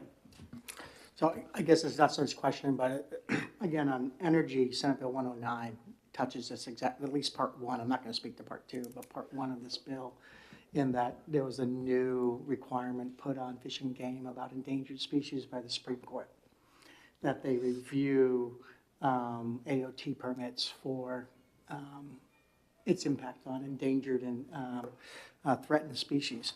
And I think that this is a revenue stream to go to that new Supreme Court decision, although I think maybe, and we can talk about how we want to do this, the amendment, whether it's germane or not, but maybe the answer is the fund that we're creating, we allow them to be self-funding and take their administrative costs out of that fund from the fees they collect from the developers, and be able to still maintain that fund. But just to understand why this top line is 400,000 is an issue, it's because they've been tasked with a new line of work that from the Supreme Court that hasn't been previously funded before. And that was a would you believe, so it could be a question. Yeah, and I do believe it. And listen, it is essential work. These habitats and these species, they mean a lot to us in the state. And we have these trained biologists in Fish and Game who know how to look at this. And I think you will find, in general, although we can probably shorten up the process, that these people do great work. They try to accommodate what needs to be done. We have the mitigation fund that can be a kind of an off ramp for problems that are coming with development, but we have to do it, but how we're going to pay for it. And that's why the bill is trying to at least identify that need. And in the fullness of time, when we have the budget and some other things evolve from those bills in energy and natural resources, it may impact what the dollar amounts are here. But these are the two main areas that have been identified as what is front and center for the problems with Fish and Game sustaining its operations. Thank you, Mr. Chairman. Senator Pearl. I'm not off the hook yet. Almost. Apparently not. Thank you, Senator. I'm going to ask this question, and I suspect the Fish and Game Director is coming up and testify too, and she may answer it as well. In your thinking on this bill, or on your amendment, was there any consideration given to perhaps raising some of these funds through MOUs with Department of Safety and with DES for functions that the Fish and Game Department is currently performing, such as the AOT reviews and the, the law enforcement duties that they perform for the North Country towns that are smaller? Was there any consideration given to that? Thanks for your question. And again, in the summer study, we did talk about a lot of these things. I think that there are a lot of possibilities, a lot of ideas. We heard this morning about a potential fee for the alteration of terrain. Work that the Fish and Game does will be separate from what DES charges for that. There are lots of ways to get at some of these things, but I think we, are going to need some guidance from the governor. Thank you. No. You're off the hook. All right, this fish All is right, spitting the hook out. director, I hear the director's coming up. She did not sign in, so we'll bring the sheet to her. We got to train her right to get her to sign the sheets. In the House, it's pink cards that you sign. If you're both going to testify, then both of you sign in on, okay.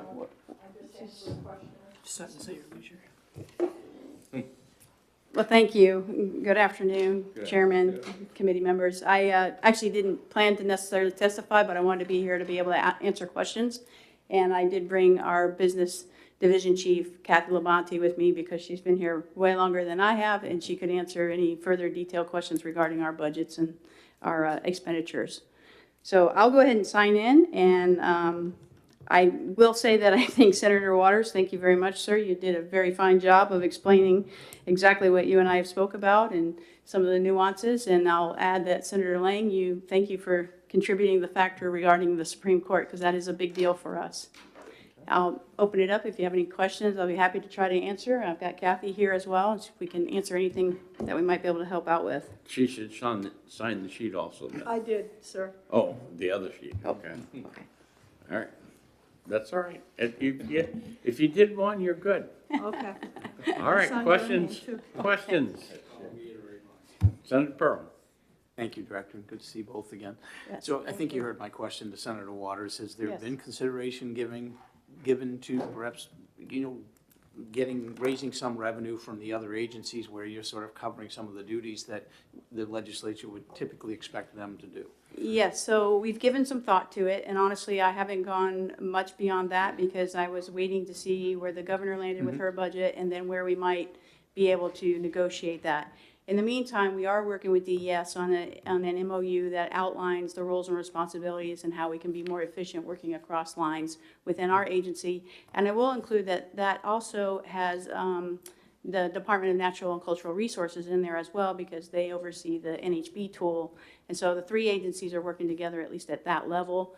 And yes, we have considered the fees, but honestly, I said it earlier, I didn't want to get ahead of the budget or get ahead of the governor on any fees issues. Well, I would commend you for looking at that, because sometimes interagency efficiencies can be gained by you all working together and not duplicating each other's work. So thank you. Agreed. Thank you. Additional questions? Senator Waters. Again, I'm benefiting from our conversation, but could you just talk through a little bit about the $2 amounts here and the two parts of the bill, and just, why those dollar amounts and what that's covering? Sure, and if you don't mind, I'd actually like to turn it over to our business chief for that. Yeah. Kathy? So we did an analysis on the cost of the 4 permit review staff for salary and benefits in it. With operational cost as well, it's approximately $400,000 per year. So that's what we asked for the 2 years in the biennium. For the $2 million, the department was given a one lump sum deposit of $2 million in June of '23 to cover the 10 and then subsequent 2% raises that were provided to state employees. And we were under the impression, at least then Director Mason was, that that would continue. And it did not come in subsequently. That's where those dollar Additional figures come questions from the senators? I may just follow up. Follow up? If you don't have this money to fund the raises, what will the impact be on staffing and personnel? That's a very good question. Yeah. Actually, we just started discussing that because I wasn't sure where we were gonna land, and I think we are unfortunately probably likely to have to lay off or not hire some of our seasonal positions to account for this, which means less work will be done, but we will certainly adjust how we need to. Fish and Game has been resilient. We're 160 years old, so this year celebrating that. So we'll be resilient, but we will have to, it'll come out of other staff positions, basically. And just to add to that, the budget that we submitted for the upcoming biennium used every penny that we had in the unrestricted Fish and Game Fund. The financial statement at the end of the biennium only had approximately $100,000 in there. So, Senator Rosenwald. Thank you.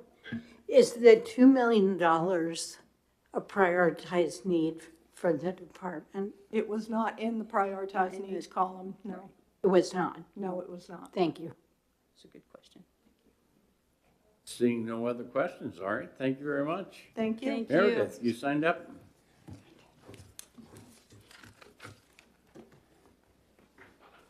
At least I think it's Meredith. Yes. Yes, thank you very much. Meredith Hatfield from the Nature Conservancy. We support actually either version of the bill, and we're really just here to express our very strong support for Fish and Game. They're a key agency to our work in the state. They provide tremendous value to hunters, fishermen, all kinds of tourism activities. They're really a key agency for our state. We've had the opportunity to work with Fish and Game as a partner, but also as a financial partner. We have brought in match funds for the agency to help them access federal funds, to help them fill positions. We wish we could do more, but we really encourage the state to step up at this time, even if it's temporary. Some of the questions you've asked, I think, are really helpful areas that we should explore. We've informally spoken with the developer community and with the hunting community, and there is, I think, a willingness for people to step up and pay a little bit more for the really important services that the agency provides, and we would certainly be willing to be helpful in any way that we can.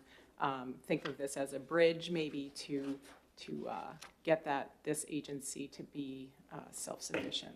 Thank you. Questions from the senators? Seeing none, thank you very much. And with that, online, there were 6 in support, 2 opposed, and we will close the public hearing. In just a minute, I'll entertain a motion to go into executive session. Well, I know. I'm not getting in trouble with her. I'm waiting. You can go I'm into waiting. it and then just wait for her. I'm waiting. Well, she's gonna wanna know who made the motion and seconded it, all those things. See, you don't care that I get in trouble. I do. She's trying to set you up to get into trouble. I see I how know. she's doing this. I think Regina is chomping at the bit here to. She is. Yeah, right. Just to get you in trouble. That- Bills or whatever. There's nothing more. I think she's tired of sitting next to me and she wants to leave, but that's. No, I got another meeting at 5, so. We put the raise in, and then we All gave right, you one move time. to go into exec.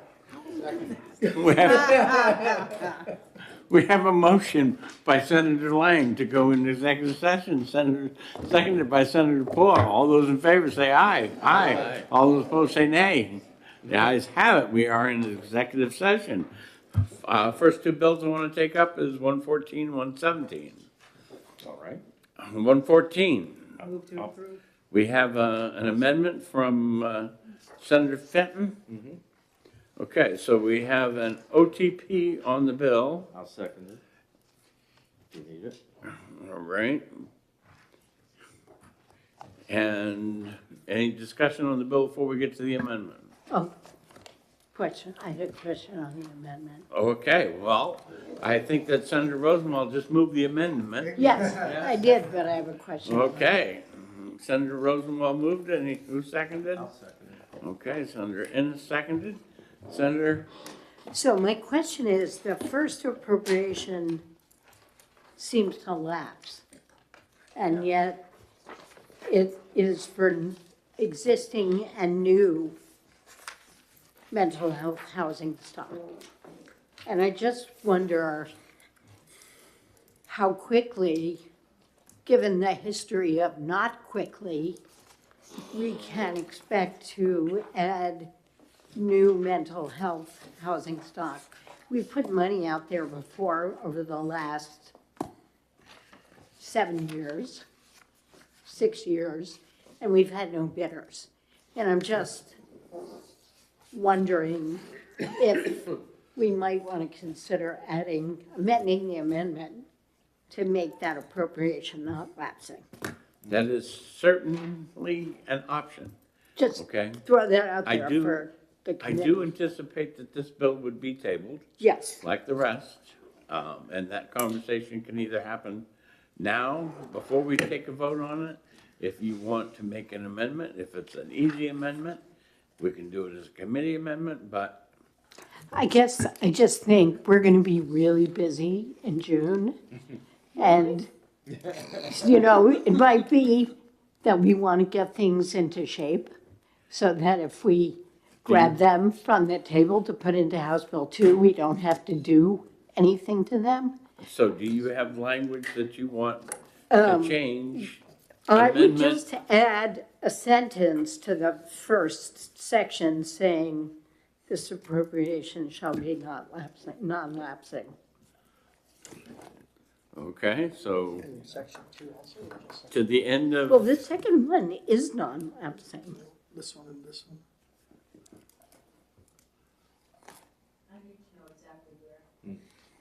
this would be at the end of line 12. 12? 11. So, because Do I the second have a different appropriation on line Oh, 17 I gotta go back. a says page. it's non-lapsing. Okay. You gotta get back to the right bill. You gotta go back to the Yeah. right bill. So the second Okay. appropriation does have that language. The first one does. Oh, yes, it does, you're right. On line And, 17. Okay. I think we're unlikely to spend and get on those beds in the next biennium. Okay. We could always lapse it in the next budget. True. But I Okay. would move that amendment to the amendment. We have, well, we're gonna do it all as one. Okay. We're gonna do it as a committee amendment to Bill, Senate Bill 114, and we're taking as a base 2025-11, and we're amending it to add the words, this appropriation, I want to get your exact words, so that Deb, I think you mean 2025-115. Yeah. Yes. Well, I would probably. you're correct. We'll make sure I'm I said corrected. I mean, I would probably pick up the language from line 17 that says the general fund appropriation shall be non-lapsing and continually appropriated to the department. I don't know if we need the rest of that sentence to. I don't think I you mean, do. we might, because otherwise the department could come in and try to transfer it. Which, if we don't want them to transfer them, I mean, we would have the rest of the sentence. Here's how you could do it. Okay, you could say, the general fund appropriation shall be non-lapsing, continually appropriated, and then use the language on line 5 to support existing mental health housing stocks and develop expansion of existing facilities. Yeah, So we if you put it we that can way, do that. That would tie the knot. Okay. I mean, if we really, really, really wanted belt and suspenders, we would say this appropriation I don't cannot know be whether Deb is transferred gonna or be used for doing any other this, purpose. or LBA is going to be doing it. I guess normally it would be Kevin is LBA. here. So, have you got the words you want? I have it too, I have what we need. You could also literally just add to in the sentence that begins on line 4, the sum of $1.5 million for the fiscal year ending June 30th, 2026, is hereby, which you could add in that sentence that the appropriation is non-lapsing. You don't even need a separate sentence. Then they're gonna change the bottom. I think right now, the committee understands adding it to line 11. Yeah, it works. Okay. And then going back up to line 5 and pulling the words for the support. Here's how it reads. The general fund appropriation shall be non-lapsing and continually appropriated to support existing mental health housing stocks and develop expansion of existing facilities. Okay, does everyone understand the committee amendment? Yes. Yes, you Do you ask have- your question. So the fact that we're non-lapsing it, and we're saying that we've already allocated money in the past, and it hasn't been spent, and then we say, not only we're not gonna lapse it, we're gonna make sure it's always in the budget going forward by continually appropriating it. Isn't that what that says when you say? Lapsing doesn't have to do with anything, that doesn't create a new appropriation. The new appropriation would have to be in the bill. So, but again, I know when I work with LBA, is that once we make an appropriation, it's a continuing appropriation, it's on their list of things that have to be included in the budget, because we've said that it's a continuing appropriation. It wouldn't have to be included in the budget. I do find a little bit odd that a single appropriation means that it states that it's continually appropriated. If I had written this, I would have just said the appropriation shall be non-lapsing, or shall be non-lapsing until a date certain rather than permanently. I'm not sure that it's a huge issue.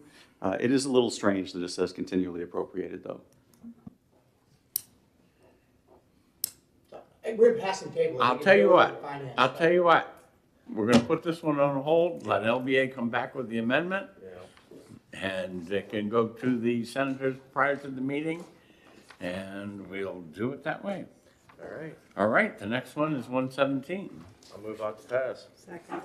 Hold on.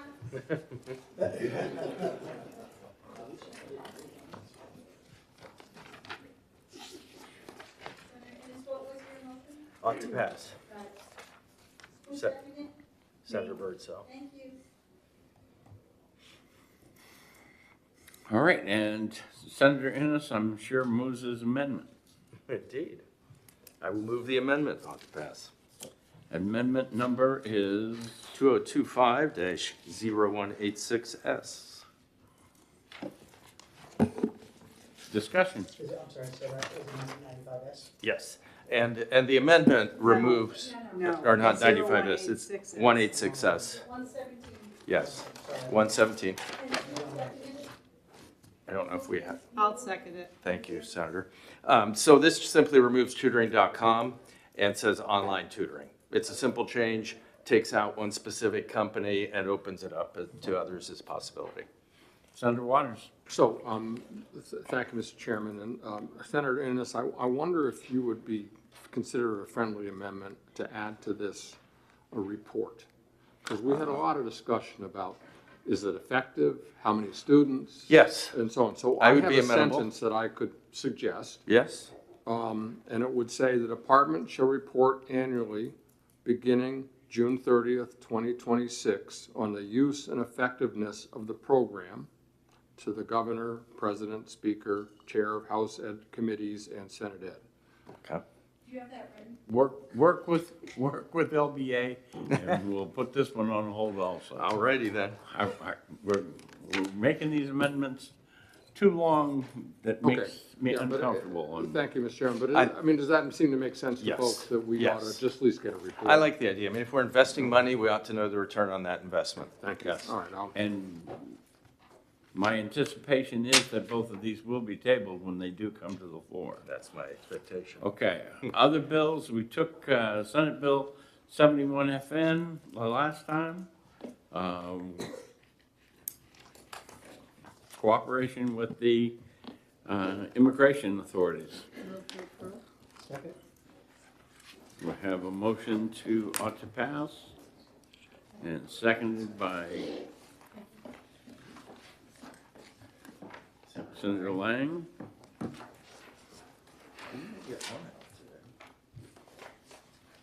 Comments, questions? All those in favor, say aye. Aye. All those opposed, say nay. Nay. And the ayes have it. 5-2.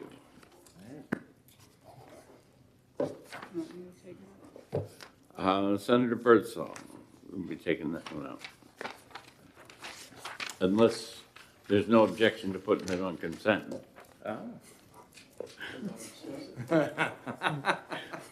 Good try.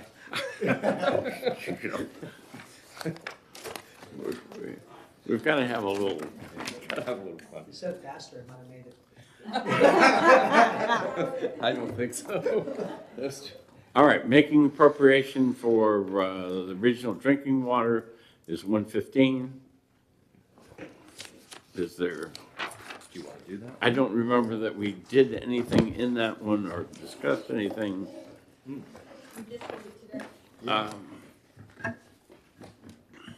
This is the big one. I have an amendment, a friendly amendment. Okay. It should be in your book. Yeah. Well, let me look in my book. You added on line 10, 11.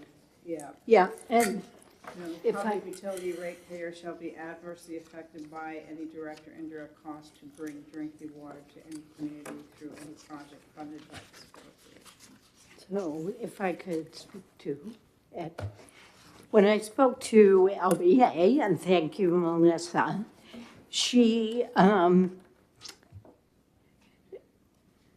made it clear that if the water utility is municipally owned, like Pennachuck is, there would be no tax liability for the communities through which the water pipe infrastructure flowed. But Pennachuck East, which goes through Londonderry and Derry, because that is private, that infrastructure would be subject to both the utility tax and property taxes.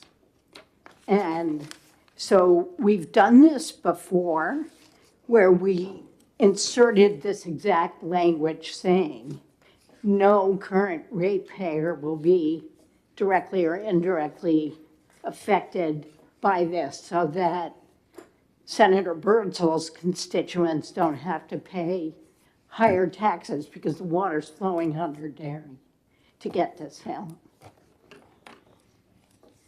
Okay. Further discussion? I'm a little nervous about that language. Again, we talk about swept cost, or utility property tax cost. So if the valuation of the property goes up, they'd be subject to the UPT. The UPT is $6.60 per thousand. They added $28 million worth of new infrastructure to the project that should be subject to utility property tax, that would not be subject to utility property tax. Or, I mean, would pay it, but would have no way to get their reimbursement back for that tax. They have an obligation to pay it, and if we did this, they wouldn't be able to pass that cost on to the ratepayer for that tax. If I could, they'd be able to pass it on to the people in Salem, Wyndham, Atkinson, Plastow, but not Londonderry, Derry, Litchfield, Hudson, wherever else Pennachuck East's pipes flowed.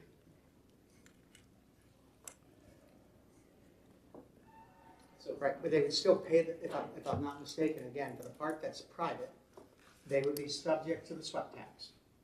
No, Melissa said it excluded the swept. I'm sorry, that's right, the UPT. Yes, UPT and then would be property subject, taxes. And they would have no way to recover it if we added this line. Is that correct? They would have no way to recover it from users who are not getting the benefit of this water, but simply live in the town where the pipes are going, I guess, through the ground. So for my clarification, they would be able to charge the users of the water because they would put the rate up, but they would not be able to charge to anyone else, other than who's using the water. That is the way we drafted it.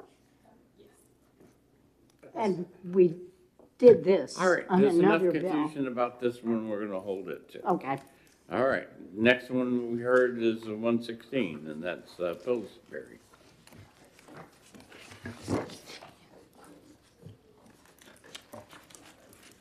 You know, it's interesting because the discussion we were just having is sort of what brought Webster to this situation at Pillsbury Lake. They were initially billing everyone who had ever been on the water system for the loans. And it was spread out pretty nicely. While the rates were higher, they were manageable. The realization was that it isn't proper, certainly not ethical, to have people paying for a system they're not using. So that brought it down to the 37 remaining users.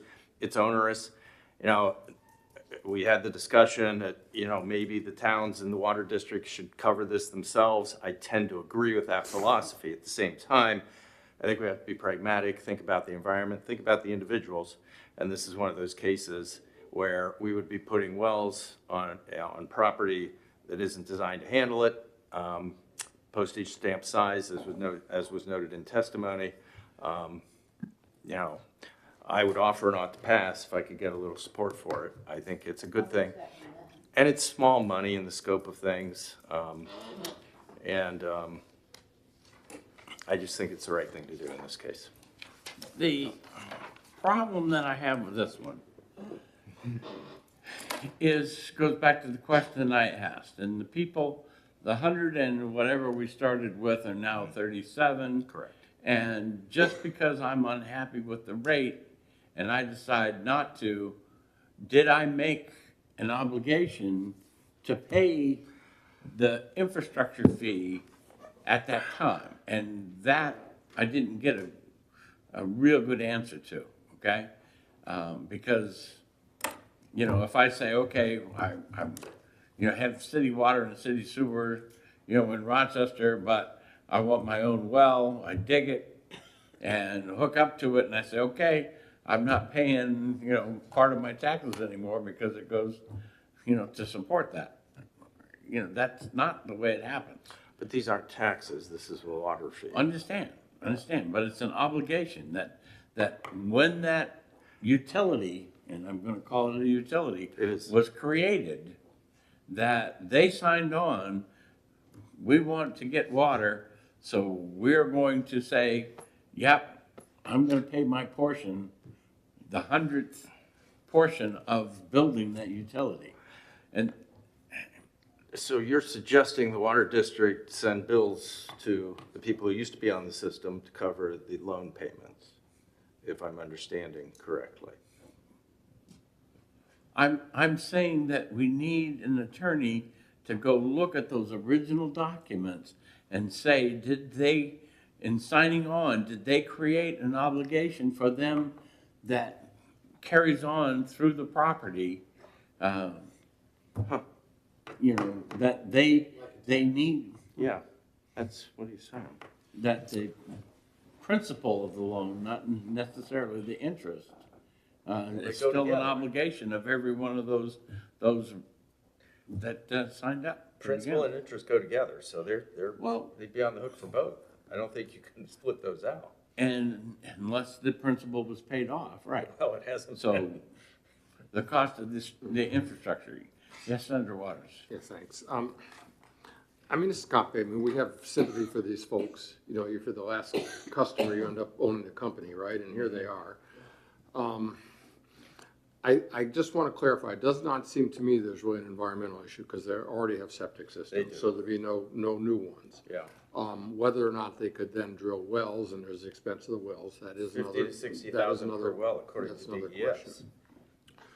I don't understand the financing here in a way, because if it's that loan size, I mean, it looks to me like it's a little less than $10,000 a person in terms of original loan, and now you're saying that they're spending about $1,500 more than the average water user, and I just think 37 times 1,500, and I just don't. I mean, the terms of this loan wouldn't it be cheaper for these folks to go out and get a loan to just pay off for these 37 to pay it off, and they'd be a lot less expense for them than Well, for Senator, fewer you're- years. So, and I also, I mean, just the last thing I say is that it's hard because I sympathize for the situation they're in, but is it for the state to bail out every kind of mistake? I said, Rollinsford had a similar kind of issue that roiled up. It's a small town, you know, and it had a small water district for part of daughter the lives town. there.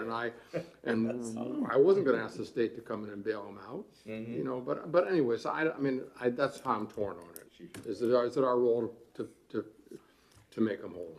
I understand that philosophy, but these are small homes, not wealthy people. They may not have the credit to get a $50,000 loan to dig a well.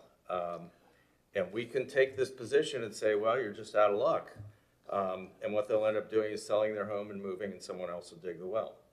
And if, you know, But they can't dig the well unless there is that 25 That's feet correct. from there, and that the well has to be at least 75 feet That's right. below, and it has to be a sealed, Yep. so that none of the water from the septic system, and again, I think that if you,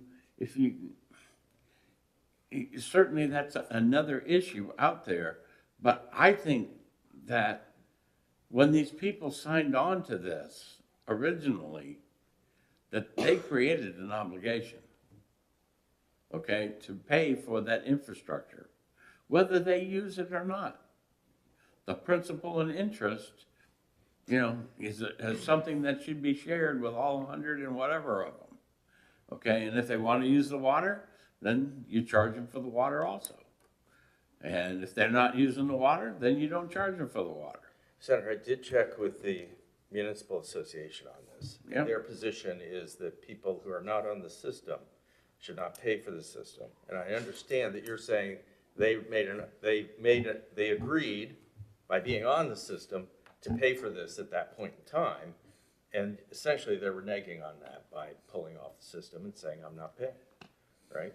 But this problem did develop when the district made the decision to stop billing those who are no longer using. And there's a logic to that. I understand your position as well. I'll do further checking. We'll see what we get.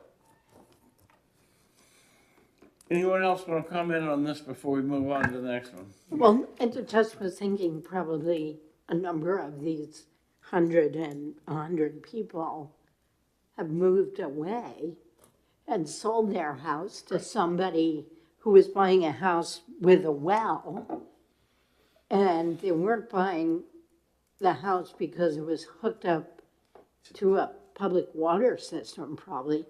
They thought they were buying a house with a well, and they'd have no reason. So I just wonder how we can retroactively go after people who were not the original builders of If the the original water district. document, if the original document had them, gave them an obligation to pay for that infrastructure, okay, then you would go after the ones that own the property right now, because that obligation would transfer with the property. It would be, you know, part of the property.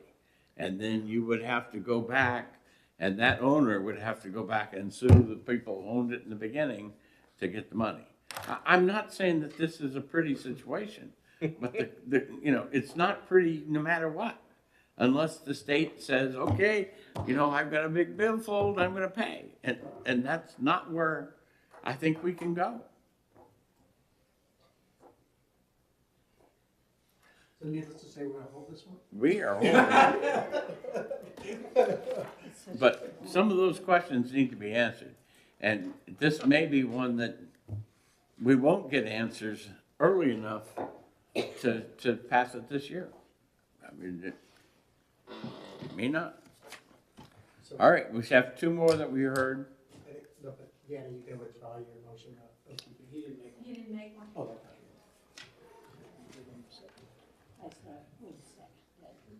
Well, 28 million's looking rough. Sorry. Same deal. Users pay. Users pay. That's where we're going. Cost of the fish and game stuff. Don't we have 240? 239.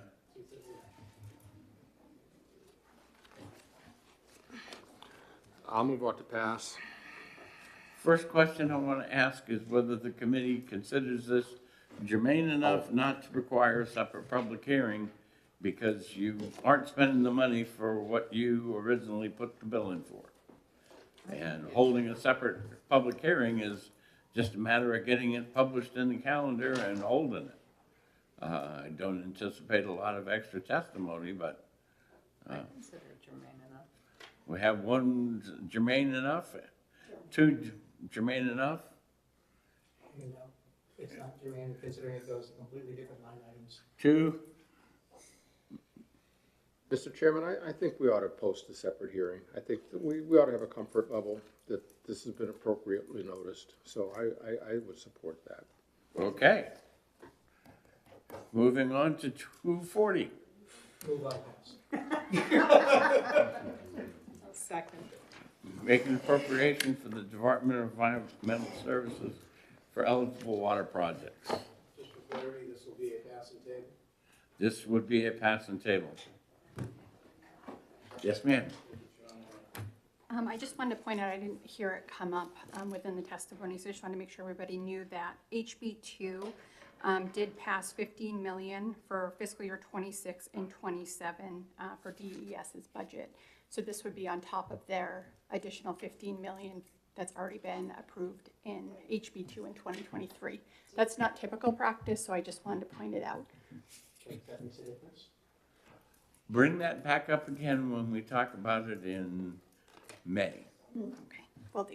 We're gonna pass the table anyway. Okay, so we have a motion and a second to, ought to pass. Send, Maybe me. Yep. all right, all those in favor say aye. Aye. All those opposed say nay. The ayes have it. And Senator Pearl, do you want to take that one out? You made a motion, right? Huh? Oh, Lang made the, then Lang, would you like to take that one out? All right.